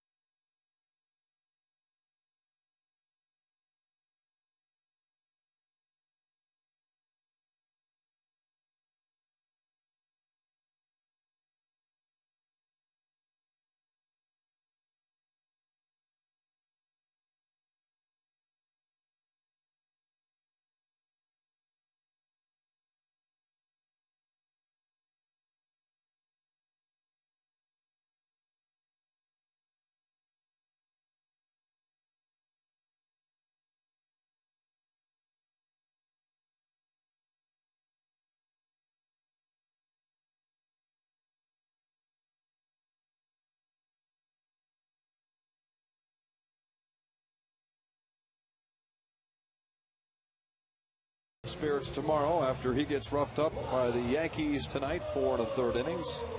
And here's why, because he'll be at the J Shop at Sears signing autographs for fans from noon until 1 o'clock. The J Shop at Sears down at the Eaton Center in downtown Toronto.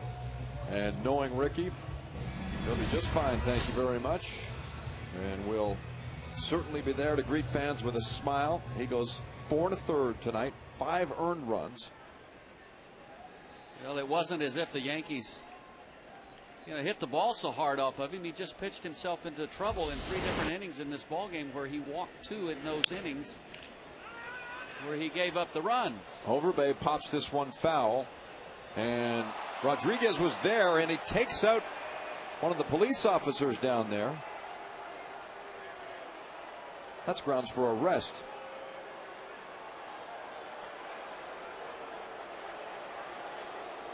Well, it's not going to be an easy play for Rodriguez, but one that he should have made. He actually just misjudged the ball a little bit as to where it was coming down. Of course, he's playing Overbay to pull on the infield, so he had quite a ways to go, but most of the time that is a play that Alex Rodriguez is going to make. It's a good thing this is a baseball game, Rance. If you do that to a police officer roaming the street, you're going to be in jail. I think he had his hand on her gun there.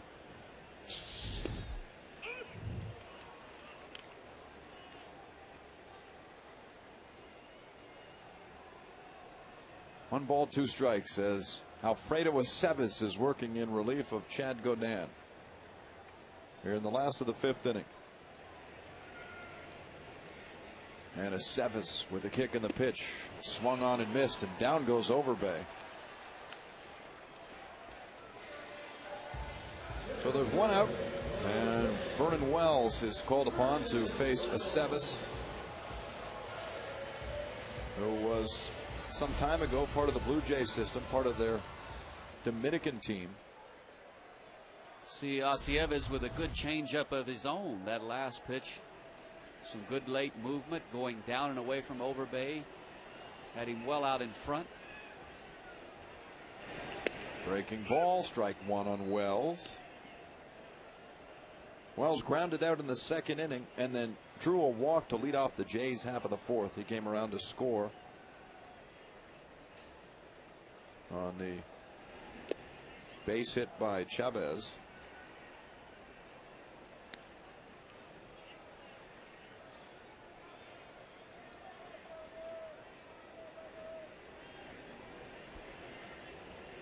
Here's the 1-1, and he gets under it, popping it up. Second baseman Cano is there, and that's the 2nd out.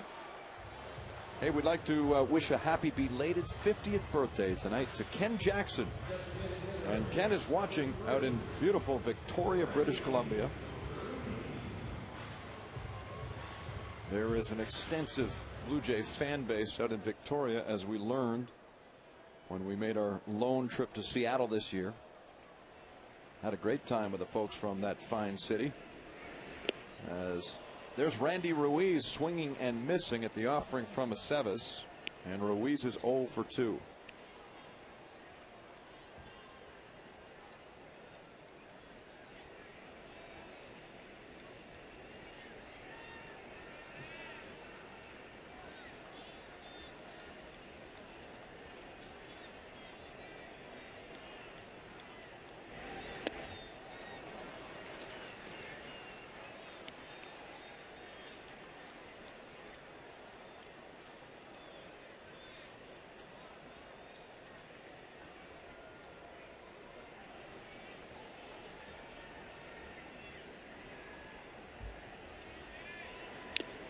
There goes Ruiz, gone quickly on the foul tip, and it's a 1-2-3 fifth. 5 in the books here in Toronto, 7-3 New York.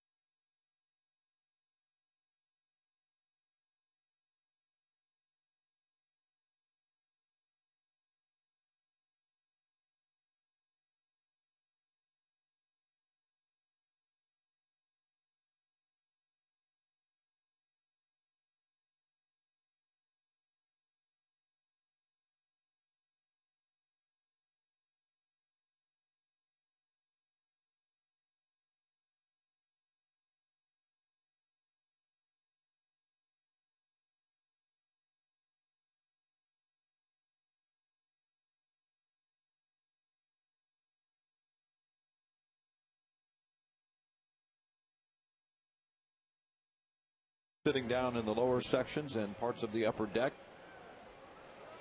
And the Yankees enjoy a 7-3 lead as they face reliever Brandon League. I'm Jamie Campbell with Rance Mulliniks and Sam Cosentino. We'll have all four in this series for you on Rogers Sportsnet, including tomorrow night's game. Roy Halladay is on the hill. He'll face Jabba Chamberlain. And then the Minnesota Twins come in on Monday, and they play a 4-game series as well. And the Twins are desperate for victories as they try and catch up to the Detroit Tigers, who lead the American League Central by 4.5 games.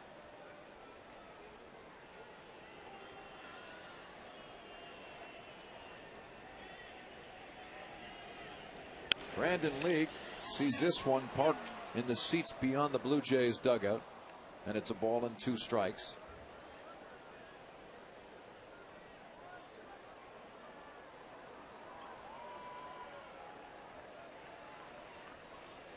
League has sort of succeeded Justin Miller as the most tattooed Blue Jay.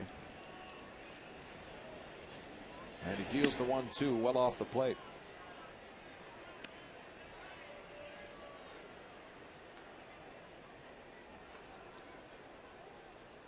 You'd have to go some to out tattoo Brandon League. Have you ever seen Justin Miller? No, I haven't. I think he's pitching with San Francisco now.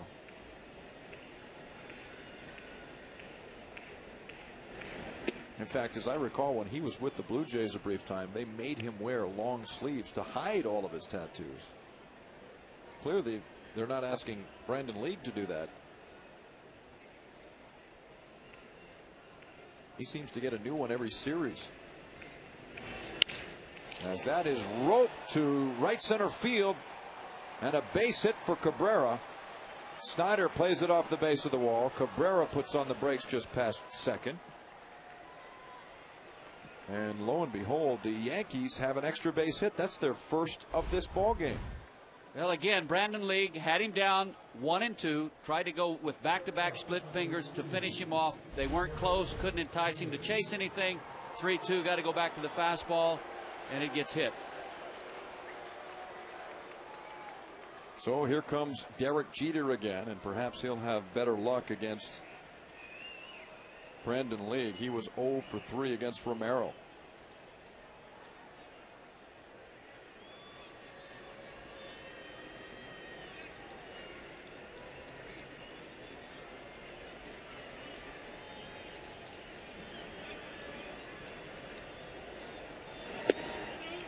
Ball 1.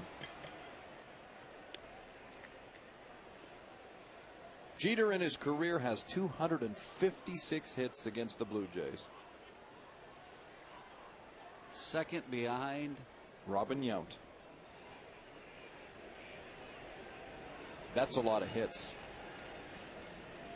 Against anybody. That's a lot of hits. As he bunts this one, it bounces. Chavez better hurry, and does. Gets Jeter by a step. And there may have been a little mix-up there, Rance, as to who was going to grab that baseball. Well, it looked initially as if Brandon League was going to field it. He backed off at the last moment. That made it a tough play for Chavez. Ball had a little funny spin. You see there, it had to move back towards Chavez. And fortunately for him and the Jays, he was able to make the play. Chavez initially, if he goes after it all out and runs League off, it's going to be an easy play. But as it turned out, bang, bang at first base. Of course, I'm not faulting Chavez because he initially thought that League was going to make the play. So Cabrera now is at third base. Here's Johnny Damon. That also tells you that Derek Jeter is not comfortable at the plate this evening. He struck out twice. That situation to move that runner over to third. He wasn't even going to attempt to try to hit the ball the right side. And this is a guy who handles the bat about as well as anybody in baseball, especially taking the ball the other way. Just decided, I'm going to go ahead and lay this ball, bunt the ball, and move the runner. Not take any chances on failing to advance Melky Cabrera over to third with nobody out. But that tells you the mindset of a Derek Jeter. He plays to win, and he does what it takes to win. That situation, did his job. Brings the infield in as League prepares for the 1-1. Here it comes to Damon, and it's taken foul.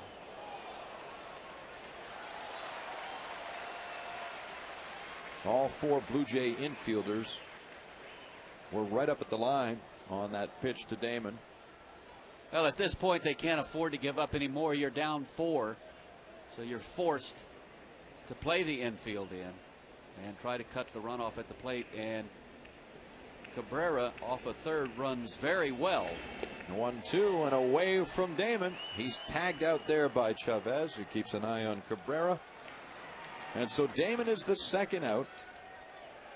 And they will leave it up to the man who has been driving in runs for the Yankees all season long, Mark Teixeira.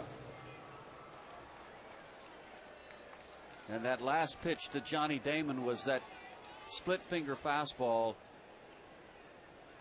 And Brandon League at times has one that is unhittable. And if he can get it close enough to the plate and the strike zone, as hard as he throws, he'll get hitters to chase it often. Teixeira looks at the first pitch, and it's a strike. Tonight he is 1 for 2, scoring twice. He singled and scored in the first, grounded out in the third, walked and scored in the 5th inning.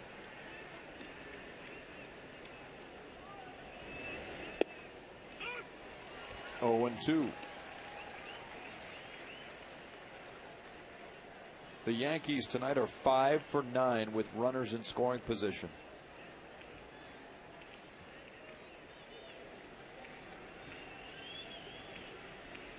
League is in control here as he gets the roller foul.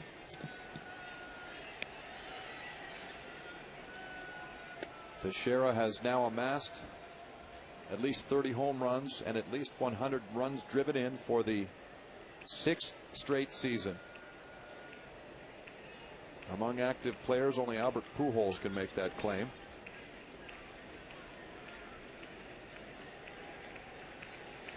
Two-strike pitch, and he got him. Boy, you could tell that Teixeira was fooled on that one. He's down on strikes as they leave Cabrera at third.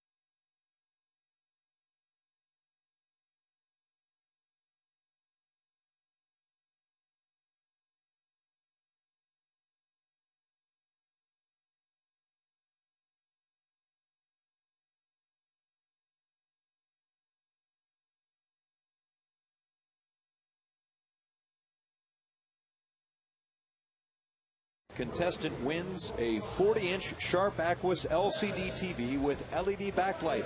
The innovators of LCD TV now bring you their best picture yet. Aquos LED, the evolution of LCD TV continues.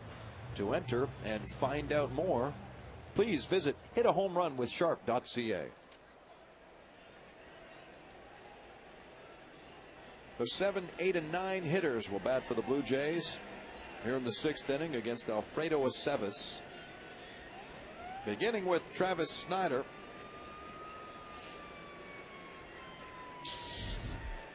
Aceves replaced Chad Godin with 2 out of the 4th, and he has set down 4 in a row, getting the side in the 5th in order.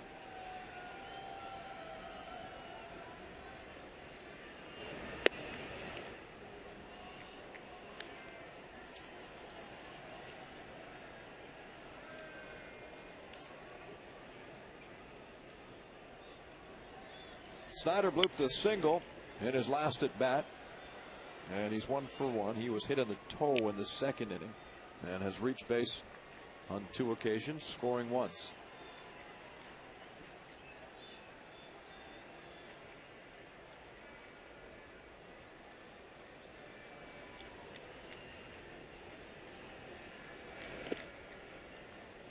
You know, Aceves, you can see what makes him effective. Now, he's not overpowering, doesn't throw all that hard. You know, he pitch around 89, 90, probably sets around 88 with his fastball, but very good command of a curveball and a changeup to go with it, and throws strikes. This one is popped straight up, and it drifts over near the Blue Jays dugout. Posada goes out there, and it's into the camera well. He has now in this ball game thrown 18 pitches, 13 of those pitches for strikes. Nothing new to the Blue Jays, too. He put on a terrific performance against them in early July when he saved a victory, a 10-8 win for the Yankees, pitching 4 innings of 1-hit baseball. They struck out 5. And when you have very good command, what that allows you to do, let's say you throw a curveball that's just kind of down and out of the strike zone and the hitter swings at it. You say, okay, if he's going to swing at it, let me throw it again in the same spot. This is yanked to right field and foul. And see if he will chase it again. So command obviously can help you get ahead by throwing strikes in the strike zone to both sides of the plate. But when you realize a guy chase a pitch that's a little bit, maybe 4 inches off the plate outside, that command allows you to double up and even triple up out there. And as long as you keep swinging at it, you keep going to it. Assuming, of course, all that made any sense at all. It made complete sense.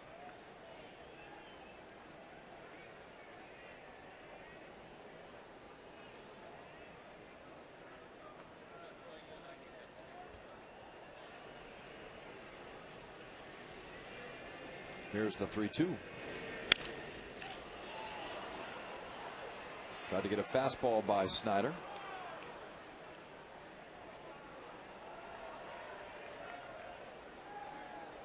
Roy Halladay, he's the type of pitcher, when he's on top of his game, he has the ability to do that. He sees you swing at that ball a little bit off the plate, he'll throw it right there again.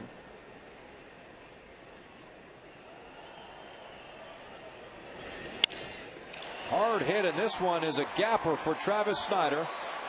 Cabrera's over at the wall, and he picks it up, and now Snider stops at second. So it's nice to see the young man from Mill Creek, Washington, really bust out of how about a 4 or 5 game slump, really. He had some pretty good swings in last night's game, and here he gets a fastball out over the plate and drives it to right center.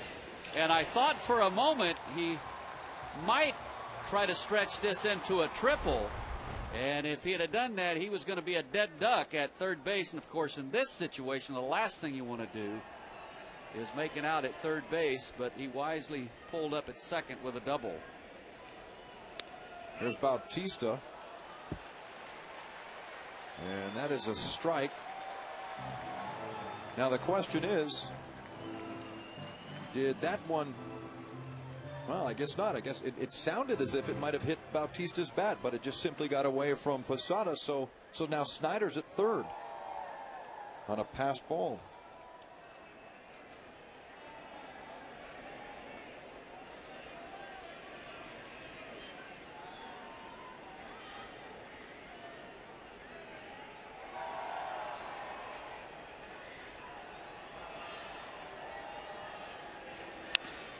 Grounded to third, and that keeps Snider there. 1 out. Let's bring in Sam. Well, guys, with Travis Snider leading off that inning with a double, Cito Gaston said there's a couple of things they're working on him with. Getting started on time is being one that seems to be a recurring problem. Stopping and starting the hands, the Blue Jays are trying to find that continuum with him so he doesn't stop and start the hands. And the last thing was an adjustment they made earlier today was lowering his hands a little bit. And on base 3 times here today. That's the constant battle that the young hitter struggles with throughout the course of all this playing time he's getting right now. 2 for 2 tonight with a single and a double, and he's up there at third base as Raul Chavez hits, and he's 2 for 2 as well.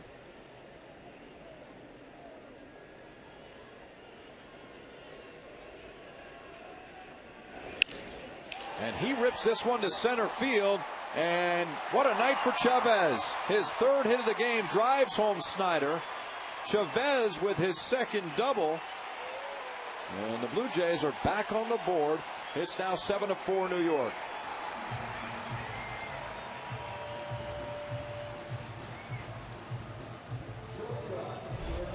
Chavez has been aggressive all night, and it's really paid off for him. See Cabrera shading slightly to pull and unable to run the ball down. And Chavez is, as you mentioned, Jamie, he's having himself quite the night offensively.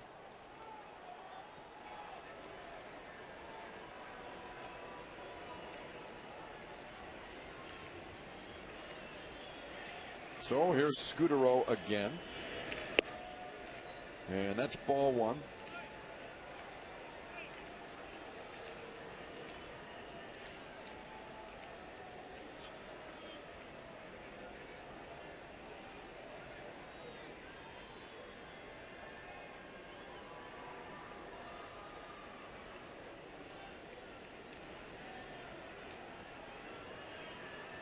Aceves with the pitch. 2-0.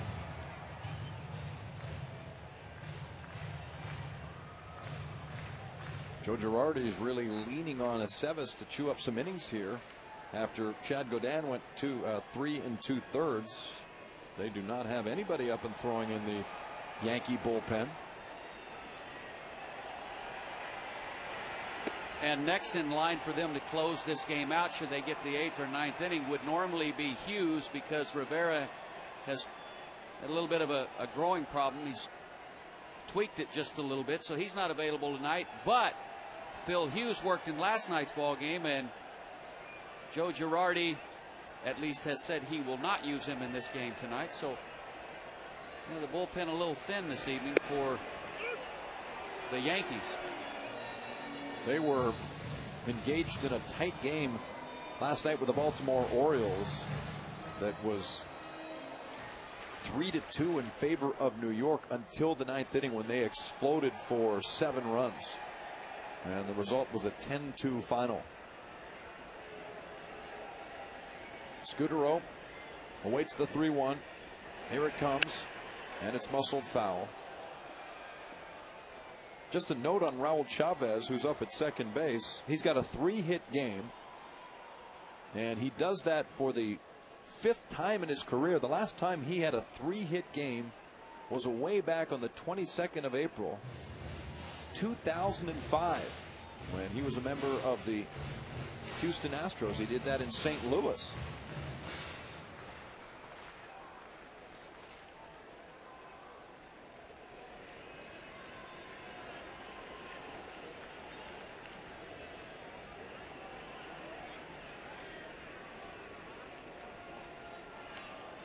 There's the payoff to Scudero.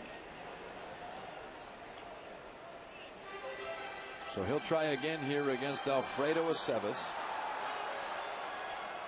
who finally hits a rough patch. He retired the first 4, but gave up a leadoff double to Snyder. Chavez brought home Snyder with a double of his own.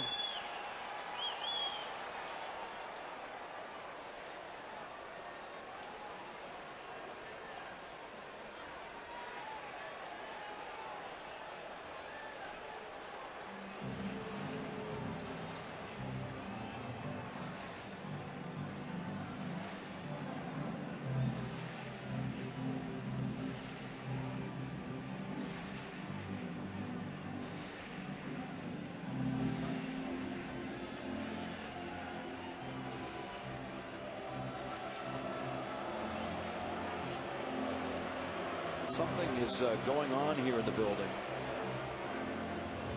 Way up above the Yankee dugout, and it's caught the attention of the Yankee players themselves.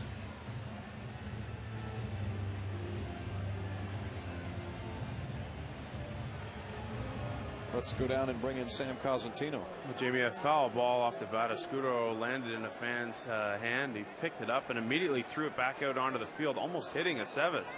And so the big commotion was with the Yankees players coming out of the dugout to make sure their players are safe, wanting to make sure that that fan was taken care of. Fair ball here as it scoots into foul territory down the left field line. Chavez comes home, and that one took a bad bounce right in front of Alex Rodriguez, and the result is a second run in the inning for the Blue Jays. It's now 7-5. Well, we'll see how we'll score it. It wasn't an easy play, but again, a play that Alex Rodriguez should have made. The ball was not hit hard. He got over it and positioned himself to get a short hop, one that should be easy to handle. You see him move over a little bit, and right here he just clanks it. Just brings the glove up too soon. That's a play he's got to make. And he is charged with an error, a two-base error, as Scudero finds his way to second. And so suddenly, here in the sixth inning, you've got Aaron Hill at the plate, just one away. And he takes strike one. Scudero up at second. 2 runs have scored, and the Yankee lead is only 2.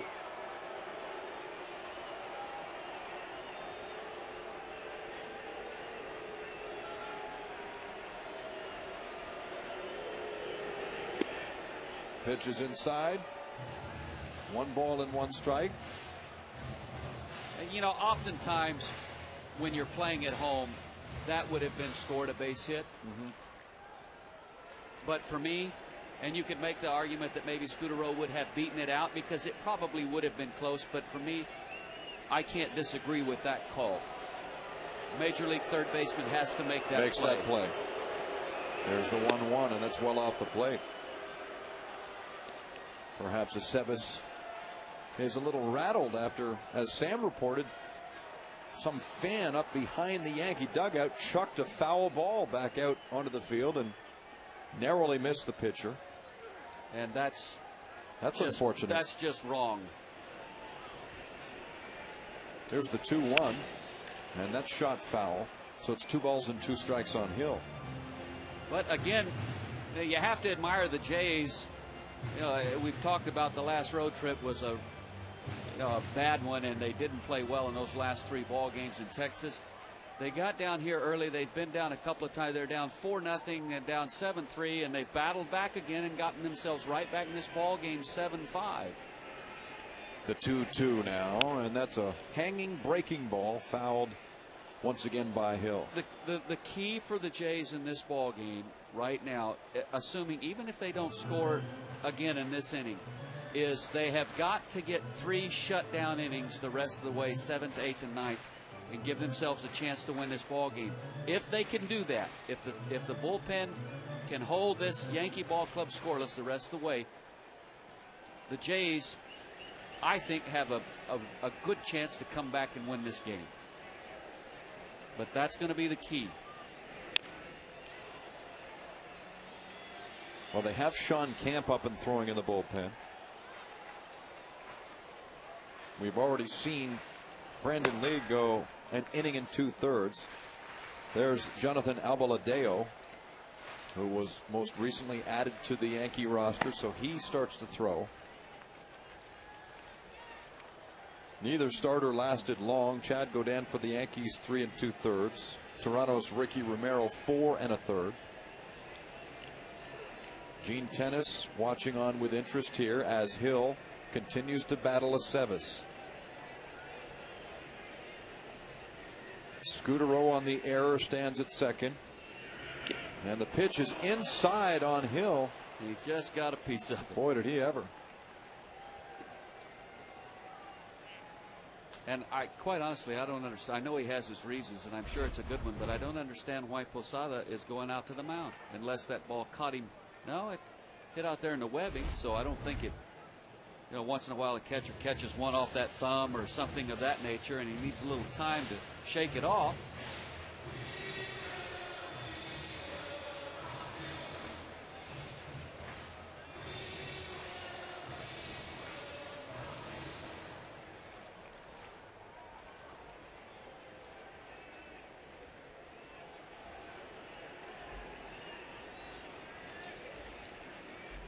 Hill's focused in on the pitch from Aceves, and here it is. He gets under it though and pops it into center field. Jeter backtracks and makes the grab. So Hill is finally retired, and he's out number 2 here in the 6th inning.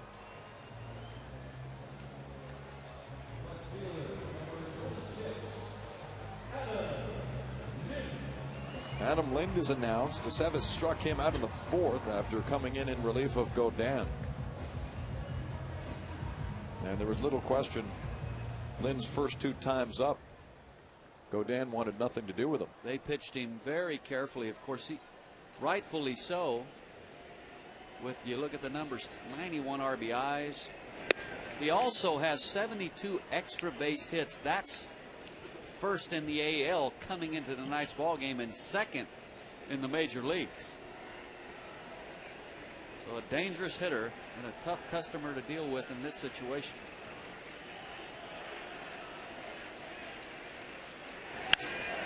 He smacks this to center field, but it's caught by Cabrera, and Lind lines out in the 6th inning, an inning in which the Blue Jays pick up 2 more. 7-5 New York.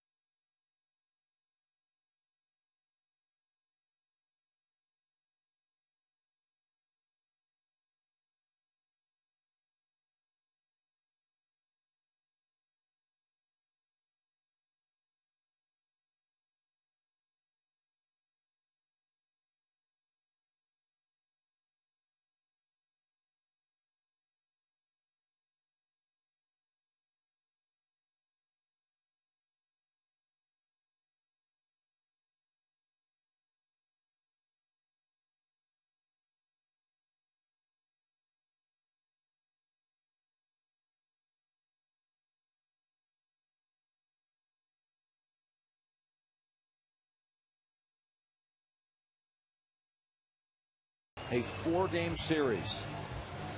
Camp pitched in the doubleheader on Tuesday. Game number 2, he gave up a home run to Chris Davis in the 6th inning.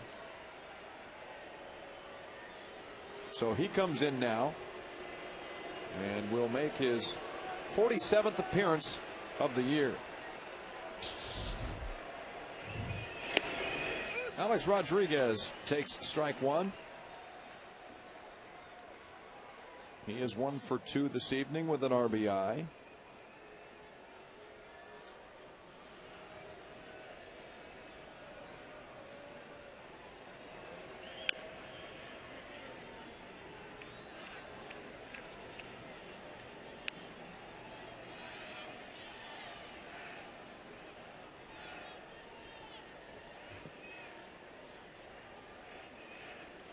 Camp, a man with 2 quality pitches.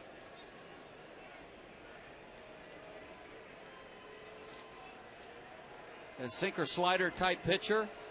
not overpowering. He has to keep the ball down in the strike zone and locate. He gets A-Rod and makes quick work of him, in fact. Well, they pitched him very well. First pitch, he took fastball for a strike. The next one ran in on his hands and really jammed him. And then a little slider out there in a perfect spot. And Rodriguez well out in front.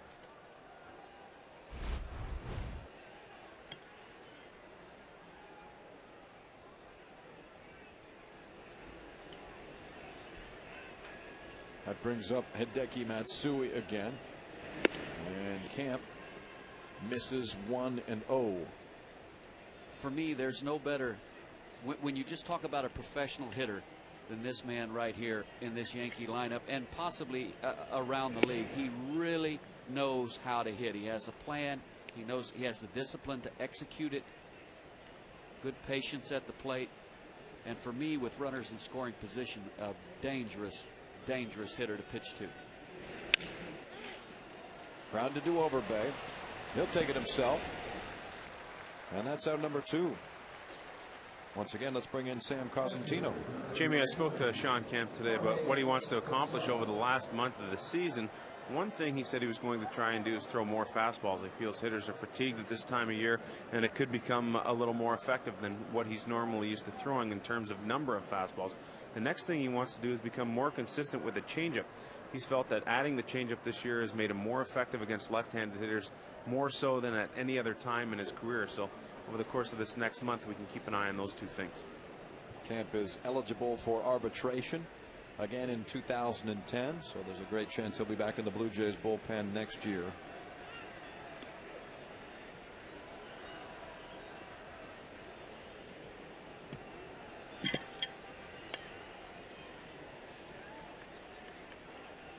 Sam mentioned that changeup. It is the one pitch he doesn't throw that often. But you see how effective Jason Frazier has been this year when he made a bid to add a third good pitch to his repertoire, and it's really paid off for him. Well, it just gives you another pitch that you can go to. In the case of Sean Kemp, it helps him against left-handed hitters. And he tried to throw it there, 1-0 to Posada, in a fastball count.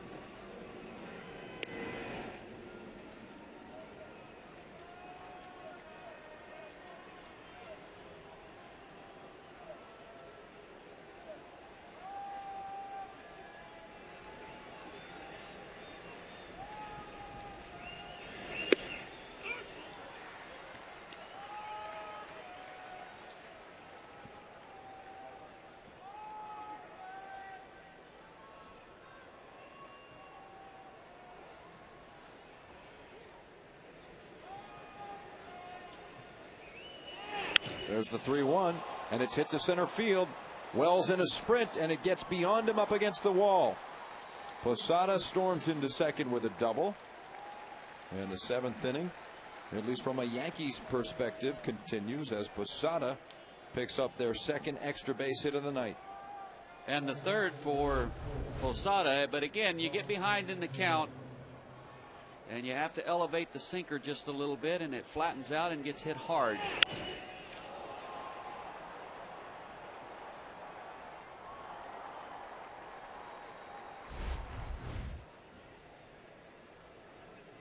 Double number 23 on the year for Posada, as Robinson Cano comes to the plate 0 for 3.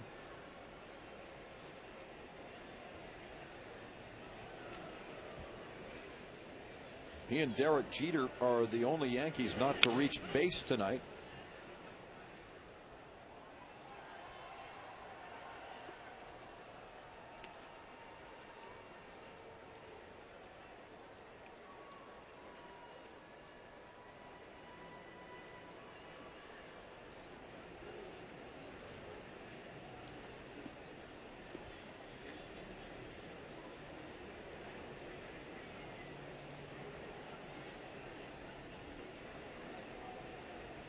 Camp checks the runner. Here's the pitch, and this one is grounded down the right field side as well.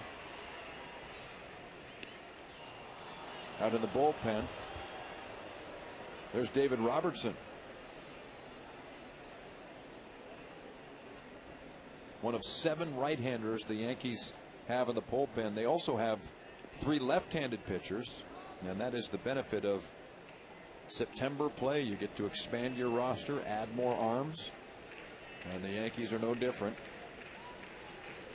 2 strikes on Cano with Posada at second, 2 out, and there is a strikeout pitch.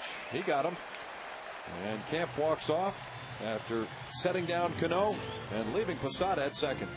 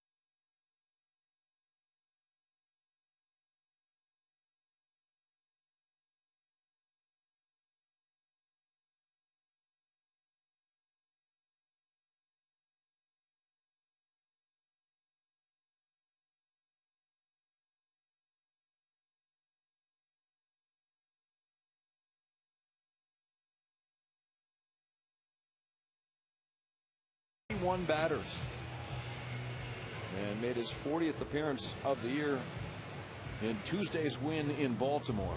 So quietly, Robertson has been a nice surprise for the Yankees out of the bullpen. A guy who was drafted in the 17th round in the amateur draft of 2006. In the bottom of the 7th inning, he'll see Lyle Overbay and then Vernon Wells and Randy Ruiz as we send out a happy 79th birthday to a longtime Blue Jay fan, Bob Morris. And Bob is watching from East York, Ontario. Overbay is 0 for 3. Vernon Wells behind him 0 for 2. Randy Ruiz 0 for 3. So this part of the order is due for a base hit as Robertson goes high with ball 1. Tomorrow night, Roy Halladay's on the mound. He'll be opposed by Jabba Chamberlain. First pitch is shortly after 7 Eastern time. We'll have it for you on Rogers Sportsnet. And then weekend games on Saturday and Sunday, both at 1 Eastern, 10 a.m. Pacific. Andy Pettit against Brett Cecil on Saturday. Brian Tallett takes the ball again on Sunday. He'll face Sergio Mitre in the 4th and final game of this series. The Yankees so far this year have 9 wins in 12 games played against the Jays, as Overbay goes after the high fastball 1 and 2. You'd think Robertson, with all those strikeouts, would be a guy that throws 96, 97. Doesn't throw that hard. He sets it right around 90, 91, but a very good overhand curveball. Seen him get a number of strikeouts with that pitch, and there you get a look at it. Overbay is unable to check his swing. He's gone and is 0 for 4.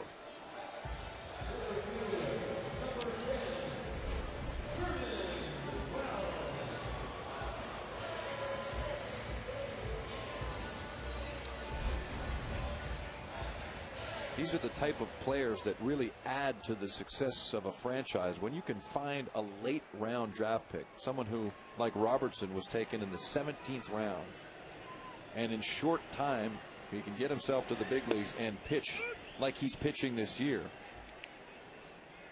It's an added bonus to a team like the Yankees, who goes out and spends millions on people like Sabathia and Burnett. It's when a 17th round pick ends up in the big leagues, it is definitely a bonus. But it's a great example. You never know how a young player is going to develop out. You know, he's probably gotten bigger and stronger. Probably when he was drafted, he's, you know, probably right around between 86 and 88 with the fastball. And as he got stronger and filled out, a little more velocity, gets up to where he can pitch around 90, 91. And that also makes that curveball start to have a lot harder, sharper break.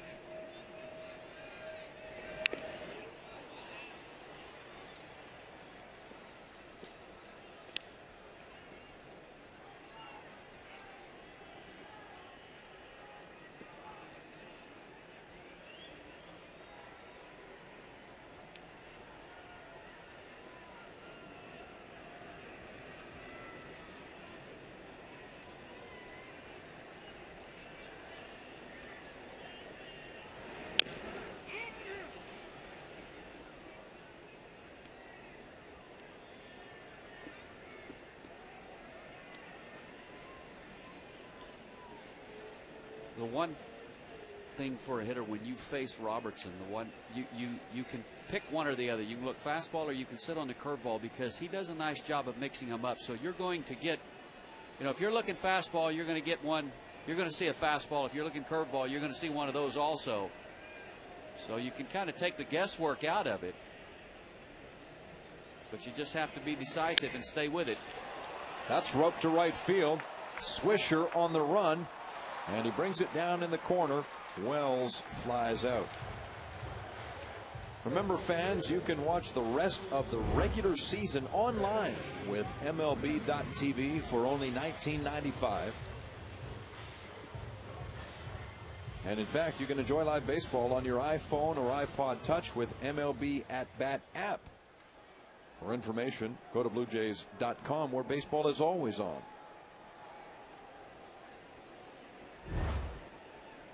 Here's Ruiz again, 0 for 3. He struck out his last 2 times up and takes that one in the shoulder. The Yankees tonight have hit 3 batters: Snyder, Bautista, and now Ruiz. Well, that's just a bad miss with the curveball. Try to get it down and away, and hits Ruiz off the shoulder.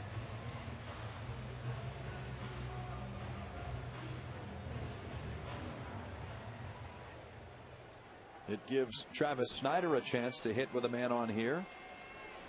And Snyder has had a very productive night with a pair of hits, a single and a double. He's scored twice. Judging by the smattering of dirt on his pants, you can tell he's been quite active in the game tonight. At the very least, the 2 hits might make him feel a little better about the error he committed in the first inning, when Hideki Matsui drove a ball to right field. It went right under Snyder's glove, rolled out to the wall. 2 men came in to score. Initially, the official score gave Matsui 2 RBIs on the play. They've changed that. There's now only a single RBI on that 2-base error as Posada throws the mask, but Ruiz does not break from first.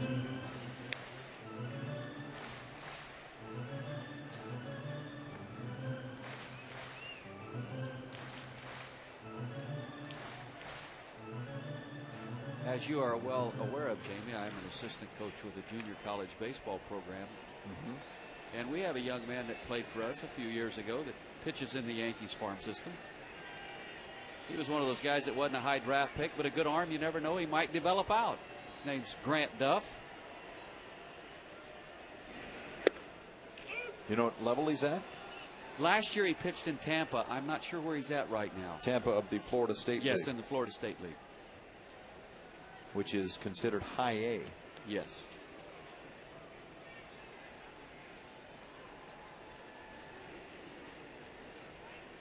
Two and two, and that has got to be a tough pitch to lay off. Now, sometimes you just can't pull the trigger as a hitter because you're completely fooled by a pitch. I'm not sure that was the case with Snyder. Maybe he saw it well and realized it was just off the plate outside, but you're right, a tough pitch to take. Here's the payoff, breaking ball, strike three, and he got him looking with that curveball.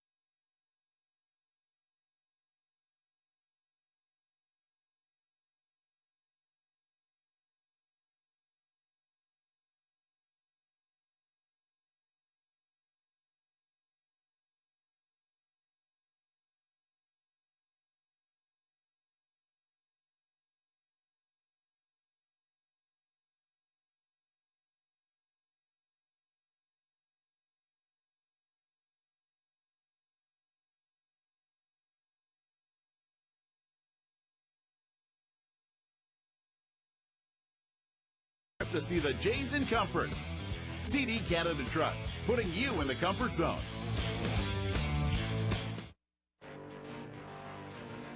The Jays on Rogers Sportsnet, brought to you by Home Hardware and Home Hardware Building Center. Homeowners helping homeowners. From the lakeshore, there's beautiful downtown Toronto, where the Blue Jays play their home games at the Rogers Center, a wonderful facility for baseball. Right now, the visiting Yankees have a 7-5 lead, as Nick Swisher seems a little disenchanted with strike one from Sean Kemp. Thank you so much for joining us tonight. I'm Jamie Campbell with Rance Mulliniks and Sam Cosentino, as Swisher's now a little more irritated with strike two. He'll get out of the batter's box and reset. Well, Swisher has a reputation for having a very good eye at the plate. He's walked 80 times, at least coming into this ball game tonight on the season. The first pitch, I think he definitely thought was a little high. That one is rolled to the right side. Hill stumbles, and it's scooped by Overbay at first. Wasn't necessarily pretty, Rance, but it worked out beautifully. Well, a nice play. Took a great angle. Watch the angle that Hill takes. That allowed him to get to the ball, and then he had turn, quick snap throw, and a nice play on the back end by Lyle Overbay to dig it out. He's been outstanding defensively. Definitely should get a lot of consideration should Aaron Hill, as far as the Gold Glove votes go. Here's a bouncer up the middle. Hill gets to it, and once again Overbay has to dig it out, but the two combine for out number two. Hill going the other way this time, ranging to his right. You can see he thought Cabrera might bunt the way he was closing in. makes the play, but this is an easier hop to handle because it's the big long hop that hit out there on that AstroTurf. That's a lot easier play for a first baseman. And with Overbay over there at first, Hill must know that he doesn't have to make that perfect at the letters throw. Just, again, get it somewhere in an area where the first baseman has a chance to make a play for you and help you out. But that double play that Aaron Hill and John McDonald combined for last night in Texas. Of course, John McDonald has just kind of turned into a highlight reel all in himself. It seems like every time he gets the opportunity to play, he makes just an incredible defensive play. Here's Jeter. Here's Scudero. And that's a quick inning for Sean Camp. Top of the 8th comes to an end. For the Jays, Bautista, Chavez, and Scudero coming to the plate.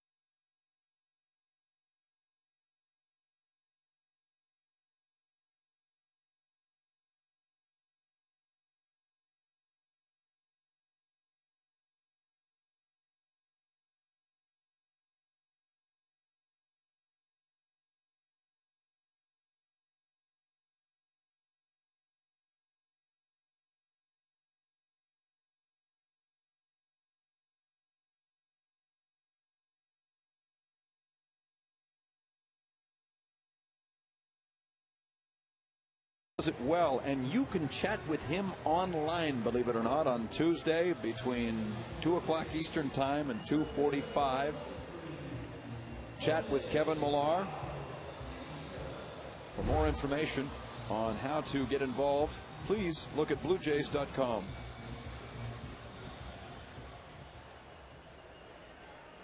$22,773 is the paid attendance tonight at Rogers Center, as right-hander Brian Bruni is on here in the bottom of the 8th inning. The Yankees went quickly in the top of the inning, 1, 2, and 3 at the hands of Sean Camp. Bruni faces Jose Bautista, who takes strike one. It's 1-1. Well, Bruni with a good arm, but struggles with lack of controls. 29 and 2/3 innings of work, 17 walks issued. He pitched last night in Baltimore, has allowed just an earned run over his last 9 appearances. And essentially has been replaced as the setup man to Mariano Rivera due to the exceptional work of Phil Hughes. As Bautista blasts this to center field, but Cabrera sees it, flags it down, and that's the first out.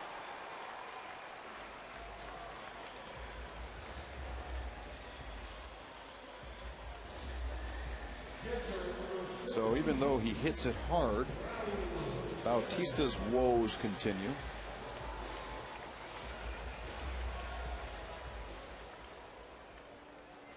The man behind him in the order, though, Raul Chavez, is 3 for 3. He has never had a 4-hit game in the major leagues. Here's his chance with 1 out in the 8th inning. Strike 1.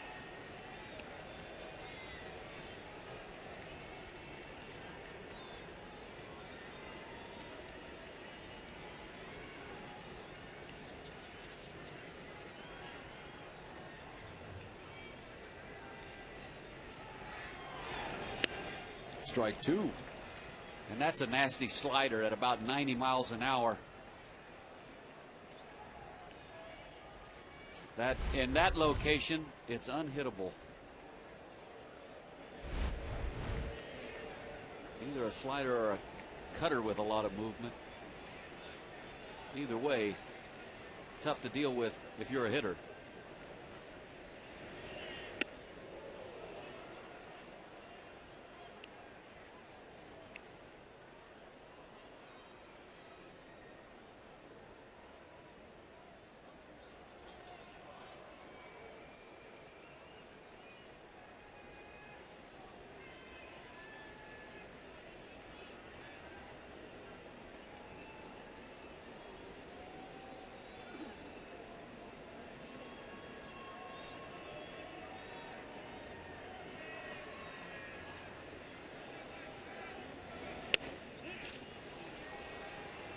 Two and two. It looked like That looked like Scott Berry, the home plate umpire, flinched just momentarily like he was going to ring Chavez up.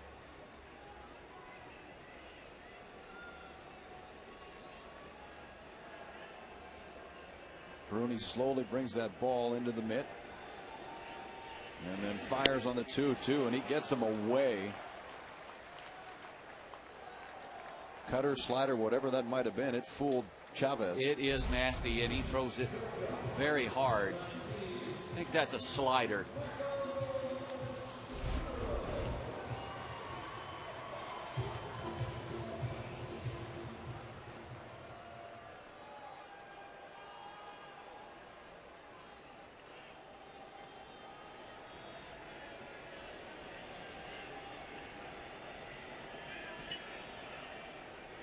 Marco Scudero then checks his swing. 1 ball, no strikes.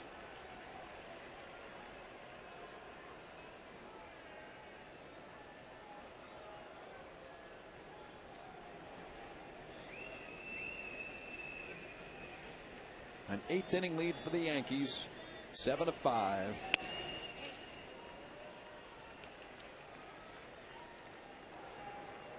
As Jason Frazier has been throwing in the bullpen.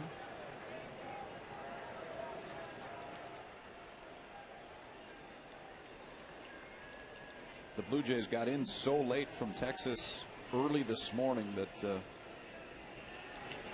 they were told they did not have to show up for batting practice.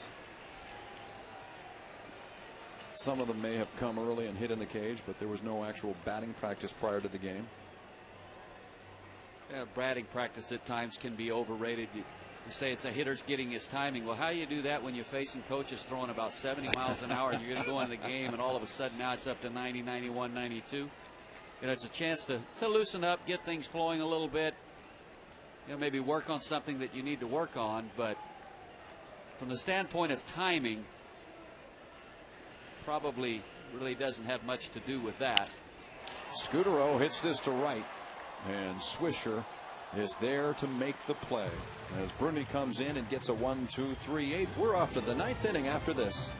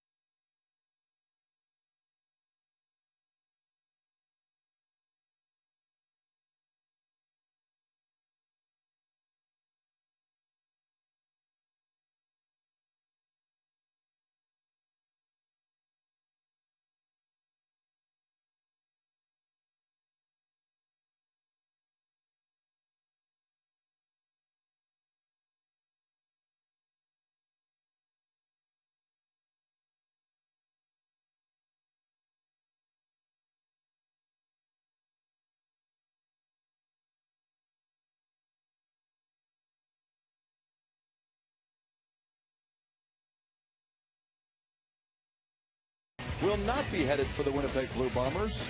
Martine Guyard and Mike Toth will have the story for you. Keep you apprised of games elsewhere, including the Boston Red Sox, who are involved right now in a game with the Tampa Bay Rays.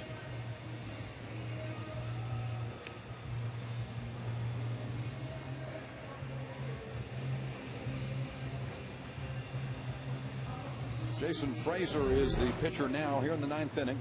He'll face the 2, 3, and 4 hitters.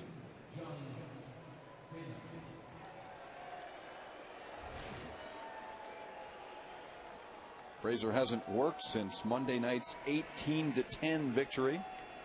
What a night that was, when the Blue Jays had to hang on after jumping out to an 11-0 lead. And then they went about scoring 7 runs in the 9th inning. Ball 1 to Johnny Damon. We encourage you to join us for game 2 tomorrow night. That pits Roy Halladay against Jabba Chamberlain. And Jays Connected takes the air at 6:30 Eastern Time, a half hour ahead of first pitch. Strike 1.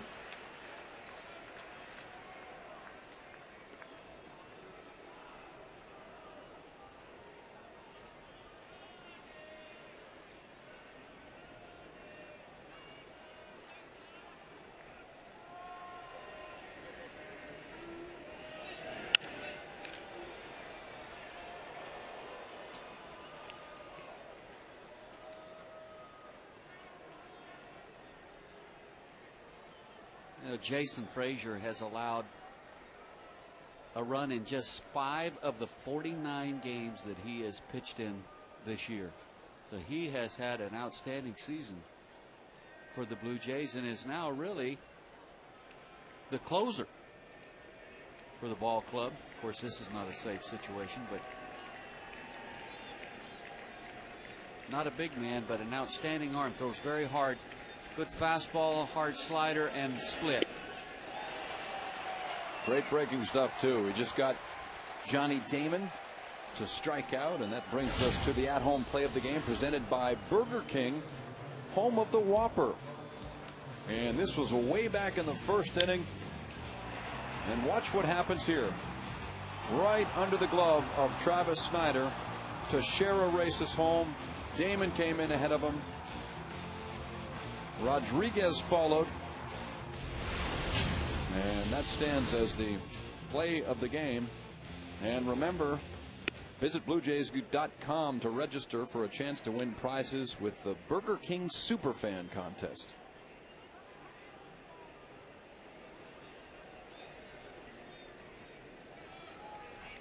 One down for Mark Teixeira. 1 ball, no strikes. And now a strike evens the count.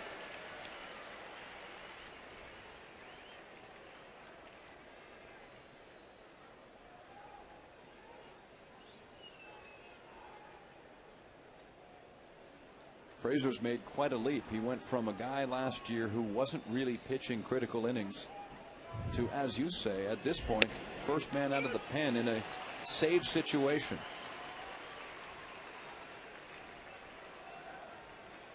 And Cito Gaston addressed looking ahead to 2010 and basically dismissed any thought that the Blue Jays would go out and try and acquire a closer. They will essentially stage an audition, and you can bet that Jason Fraser will have the upper hand. And you have the luxury, too. You can always fall back to Mr. Reliable. Scotty Downs, who's been a setup man. He's been a closer. He's actually at one time started for the ball club a few years ago. So it's nice to have him around to know that if somebody else not quite working out, you can always give the ball to that man right there. That's fouled back. A lefty-righty setup to closer situation seems to work well for the Texas Rangers. It works very well for them this year. So, you know, ideally you would like to have that one guy that you go to that is night in, night out, your closer, but it's always nice to have someone else to be able to fall back on. A lot of clubs don't have that. You can never have enough pitching depth. That's just, and that's true for everyone.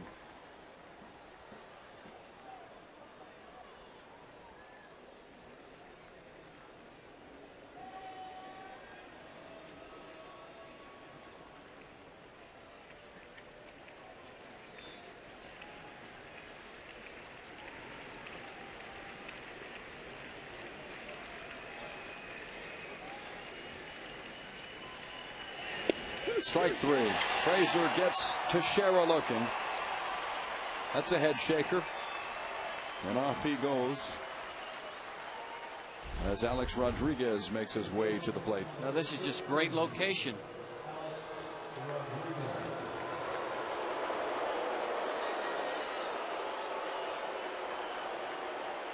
Teixeira, by his reaction, clearly thought the ball was a little down.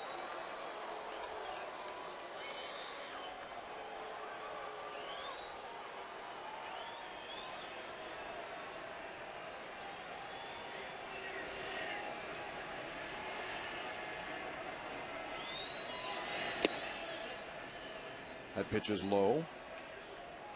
1-0 now on Alex Rodriguez.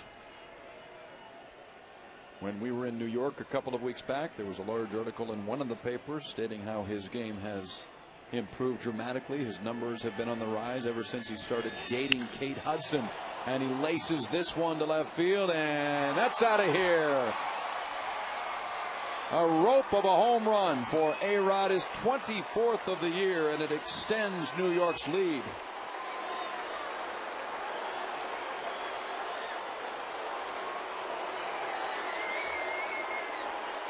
That's his 50th career against the Blue Jays. And the first pitch was a fastball in that missed. And they try to go back to the same spot, and it's a good pitch, but you almost sense that A-Rod was looking for that pitch, the fastball in, and is able to turn on it and drive it out of the ballpark. On the career list, that one counts as number 577. He's 9th all time. And he's only 6 behind 8th place Mark McGwire now.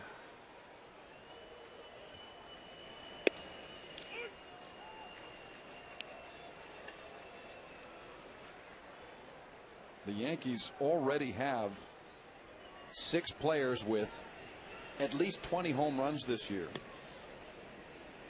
And when Jorge Posada hits one more, they'll have 7.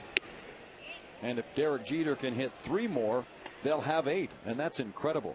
The major league record is shared by 3 teams. And that record is 7 players with 20+ home runs. In fact, one of those teams was the 2000 Blue Jays.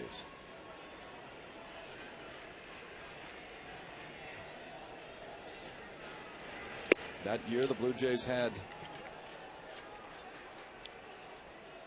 Carlos Delgado hit 41.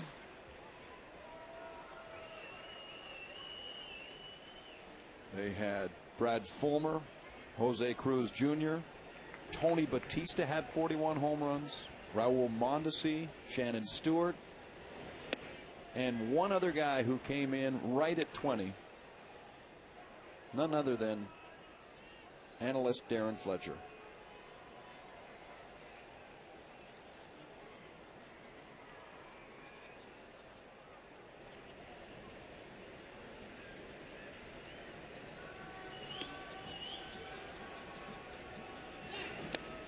Ball 4. So after giving up the home run, Frazier walks Matsui.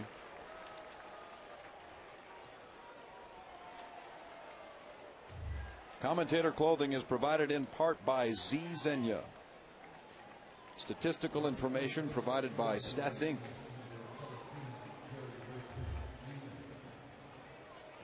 There's a pinch runner now at first for Matsui. There's Jerry Hairston Jr.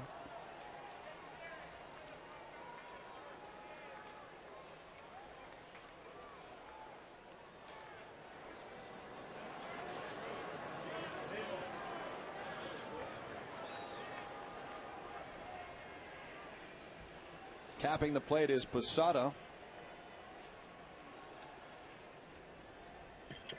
As mentioned, one more home run for Posada, and the Yankees will tie those three other clubs, the 2000 Jays, the 2005 Rangers, and the 96 Orioles, as the only teams in big league history with 7 players who have at least 20 home runs. 8-5 in favor of the Yankees. Top of the 9th, 2 out. Snap throw down to first, and Hairston is back.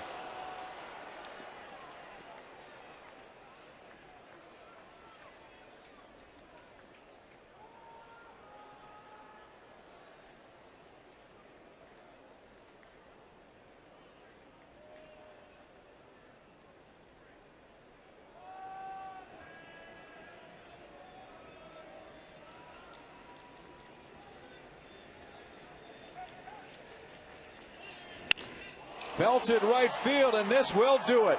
You can kiss that one goodbye. They have now tied the record. 7 players with at least 20 home runs, because that is number 20 for Jorge Posada.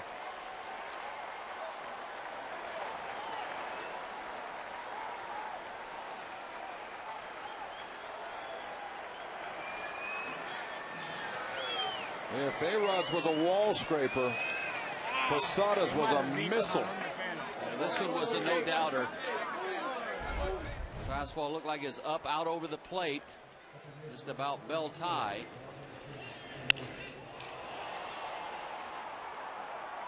And that really needs no description.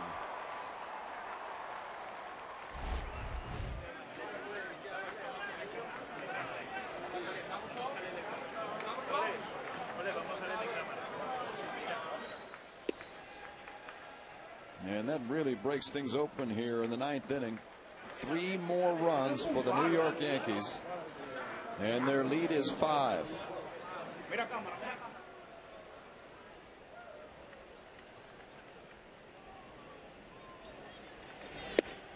A handful of people had left prior to the 9th inning, and now they're streaming out, as this one seems well in hand.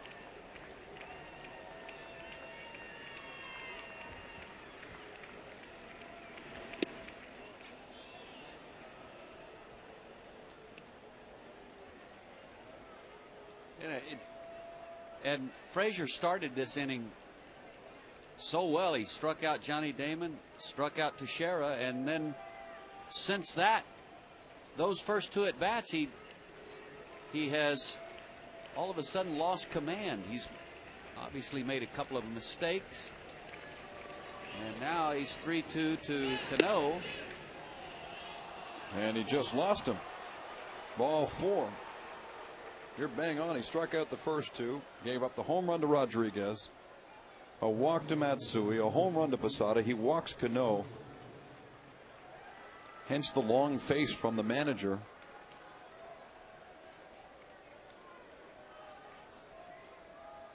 And Cito Gaston didn't want to have to get anybody up, but there is Dirk Hayhurst.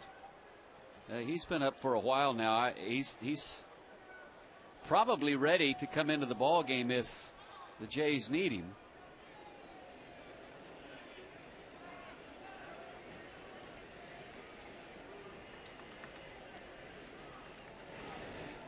Wow, that is airmail at its finest. And so Cano goes to second.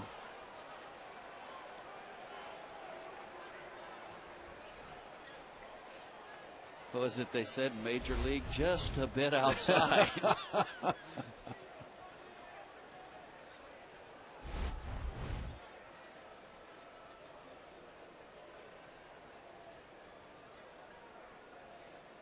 Well, at least Cito can smile.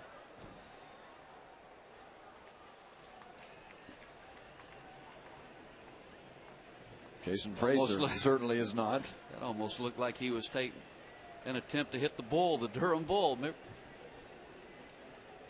He got smoked in the head. Yep.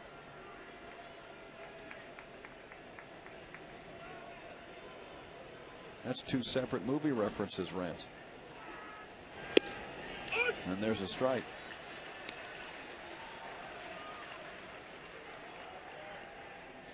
However, one was on purpose, the other one wasn't.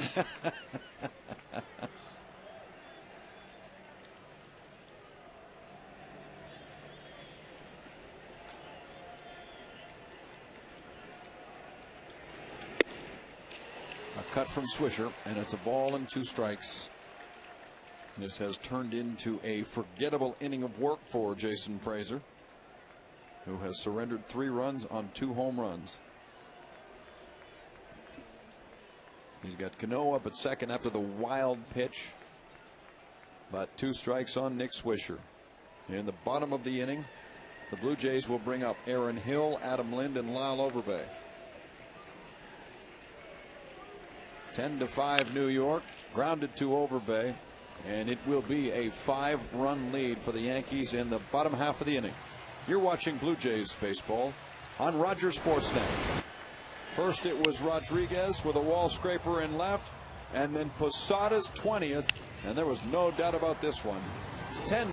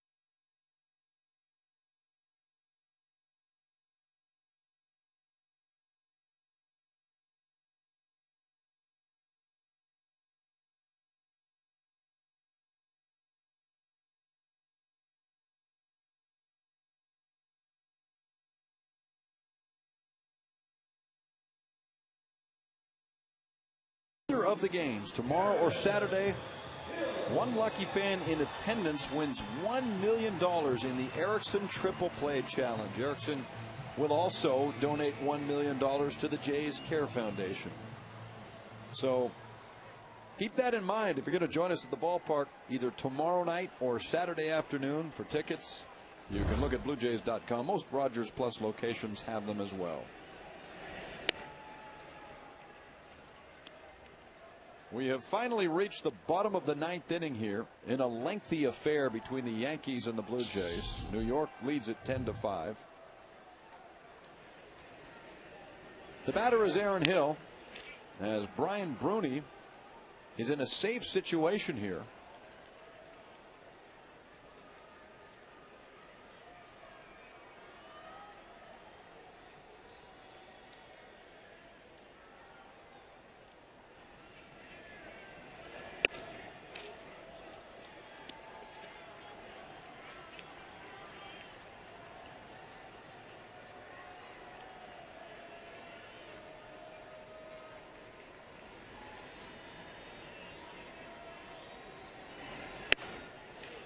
He walks the leadoff man, Hill. And that walk would have looked a whole lot more impressive if the Yankees hadn't have scored 3 runs in the top of the 9th inning. But you see Joe Girardi. He's going to go to his left-hander, Damaso Marte. So Bruni's night now comes to an end, and in walks Marte.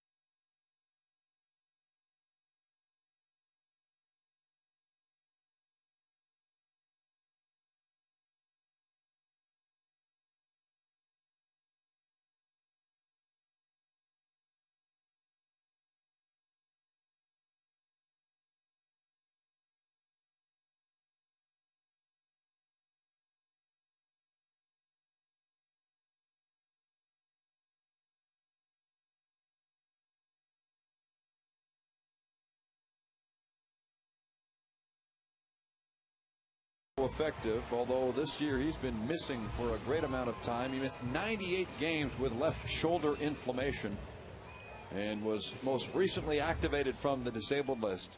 So the Yankees are happy to have him, and in front of a sparse gathering, 22,000 and change made it to the ballpark for the opening pitch, but many of them have left here as the Yankees have opened up a 5-run lead on the Blue Jays, and we're in the bottom of the 9th inning.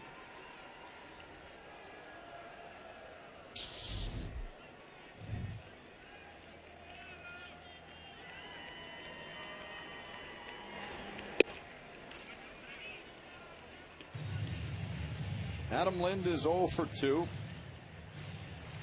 He's walked a couple of times, struck out once, lined out to center field. Aaron Hill is the runner at first after walking against Bruni to lead off the 9th.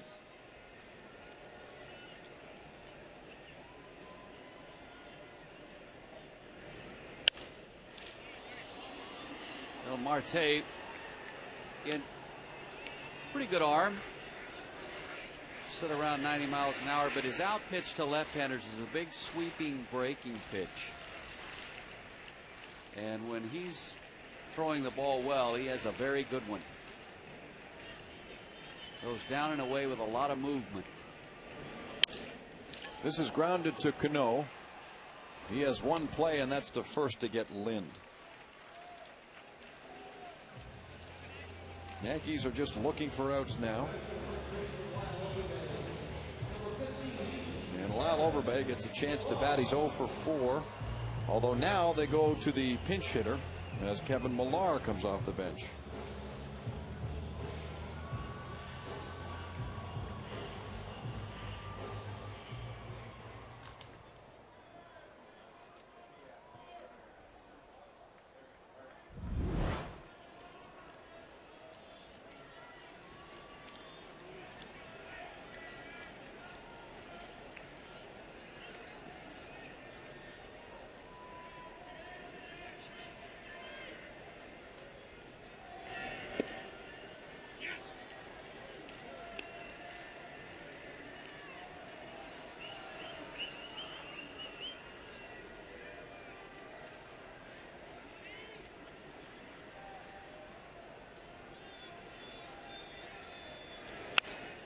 Millar pops it up.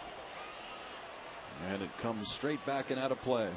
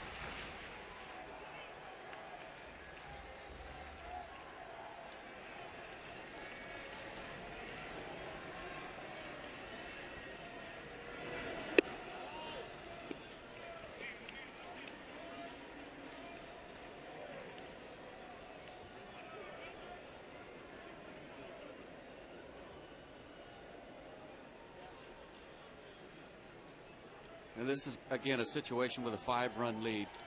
3-1, you have to challenge the hitter. Just like that. Go right at him. No one gets a free pass at this point in the ball game.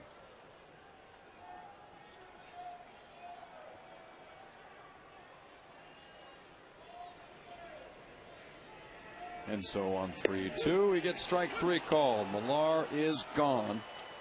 And the Yankees are now 1 out away from putting this one to bed.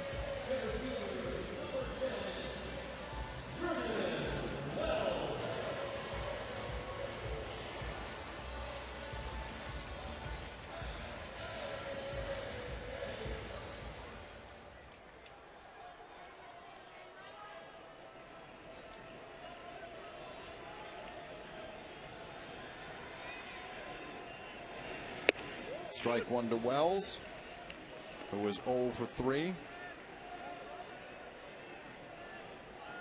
The production for the Blue Jays tonight has come from the bottom of the order. Snyder had a pair of hits. Chavez, their best hitter on the evening, he had 3 hits and 2 RBIs.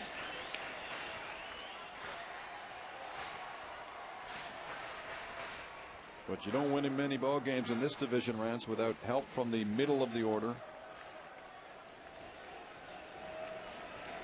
And neither Lind, Overbay, or Wells had a base hit in the ball game.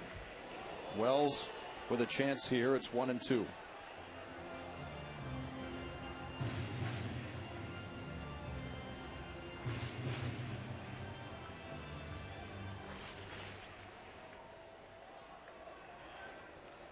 Here's Posada with his about his 5th visit to the mound tonight.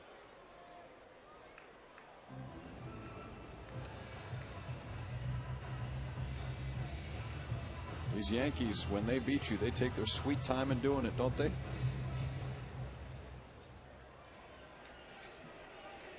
One ball, 2 strikes. They don't seem to be in a hurry. Nope. Swing and a miss. That's the game.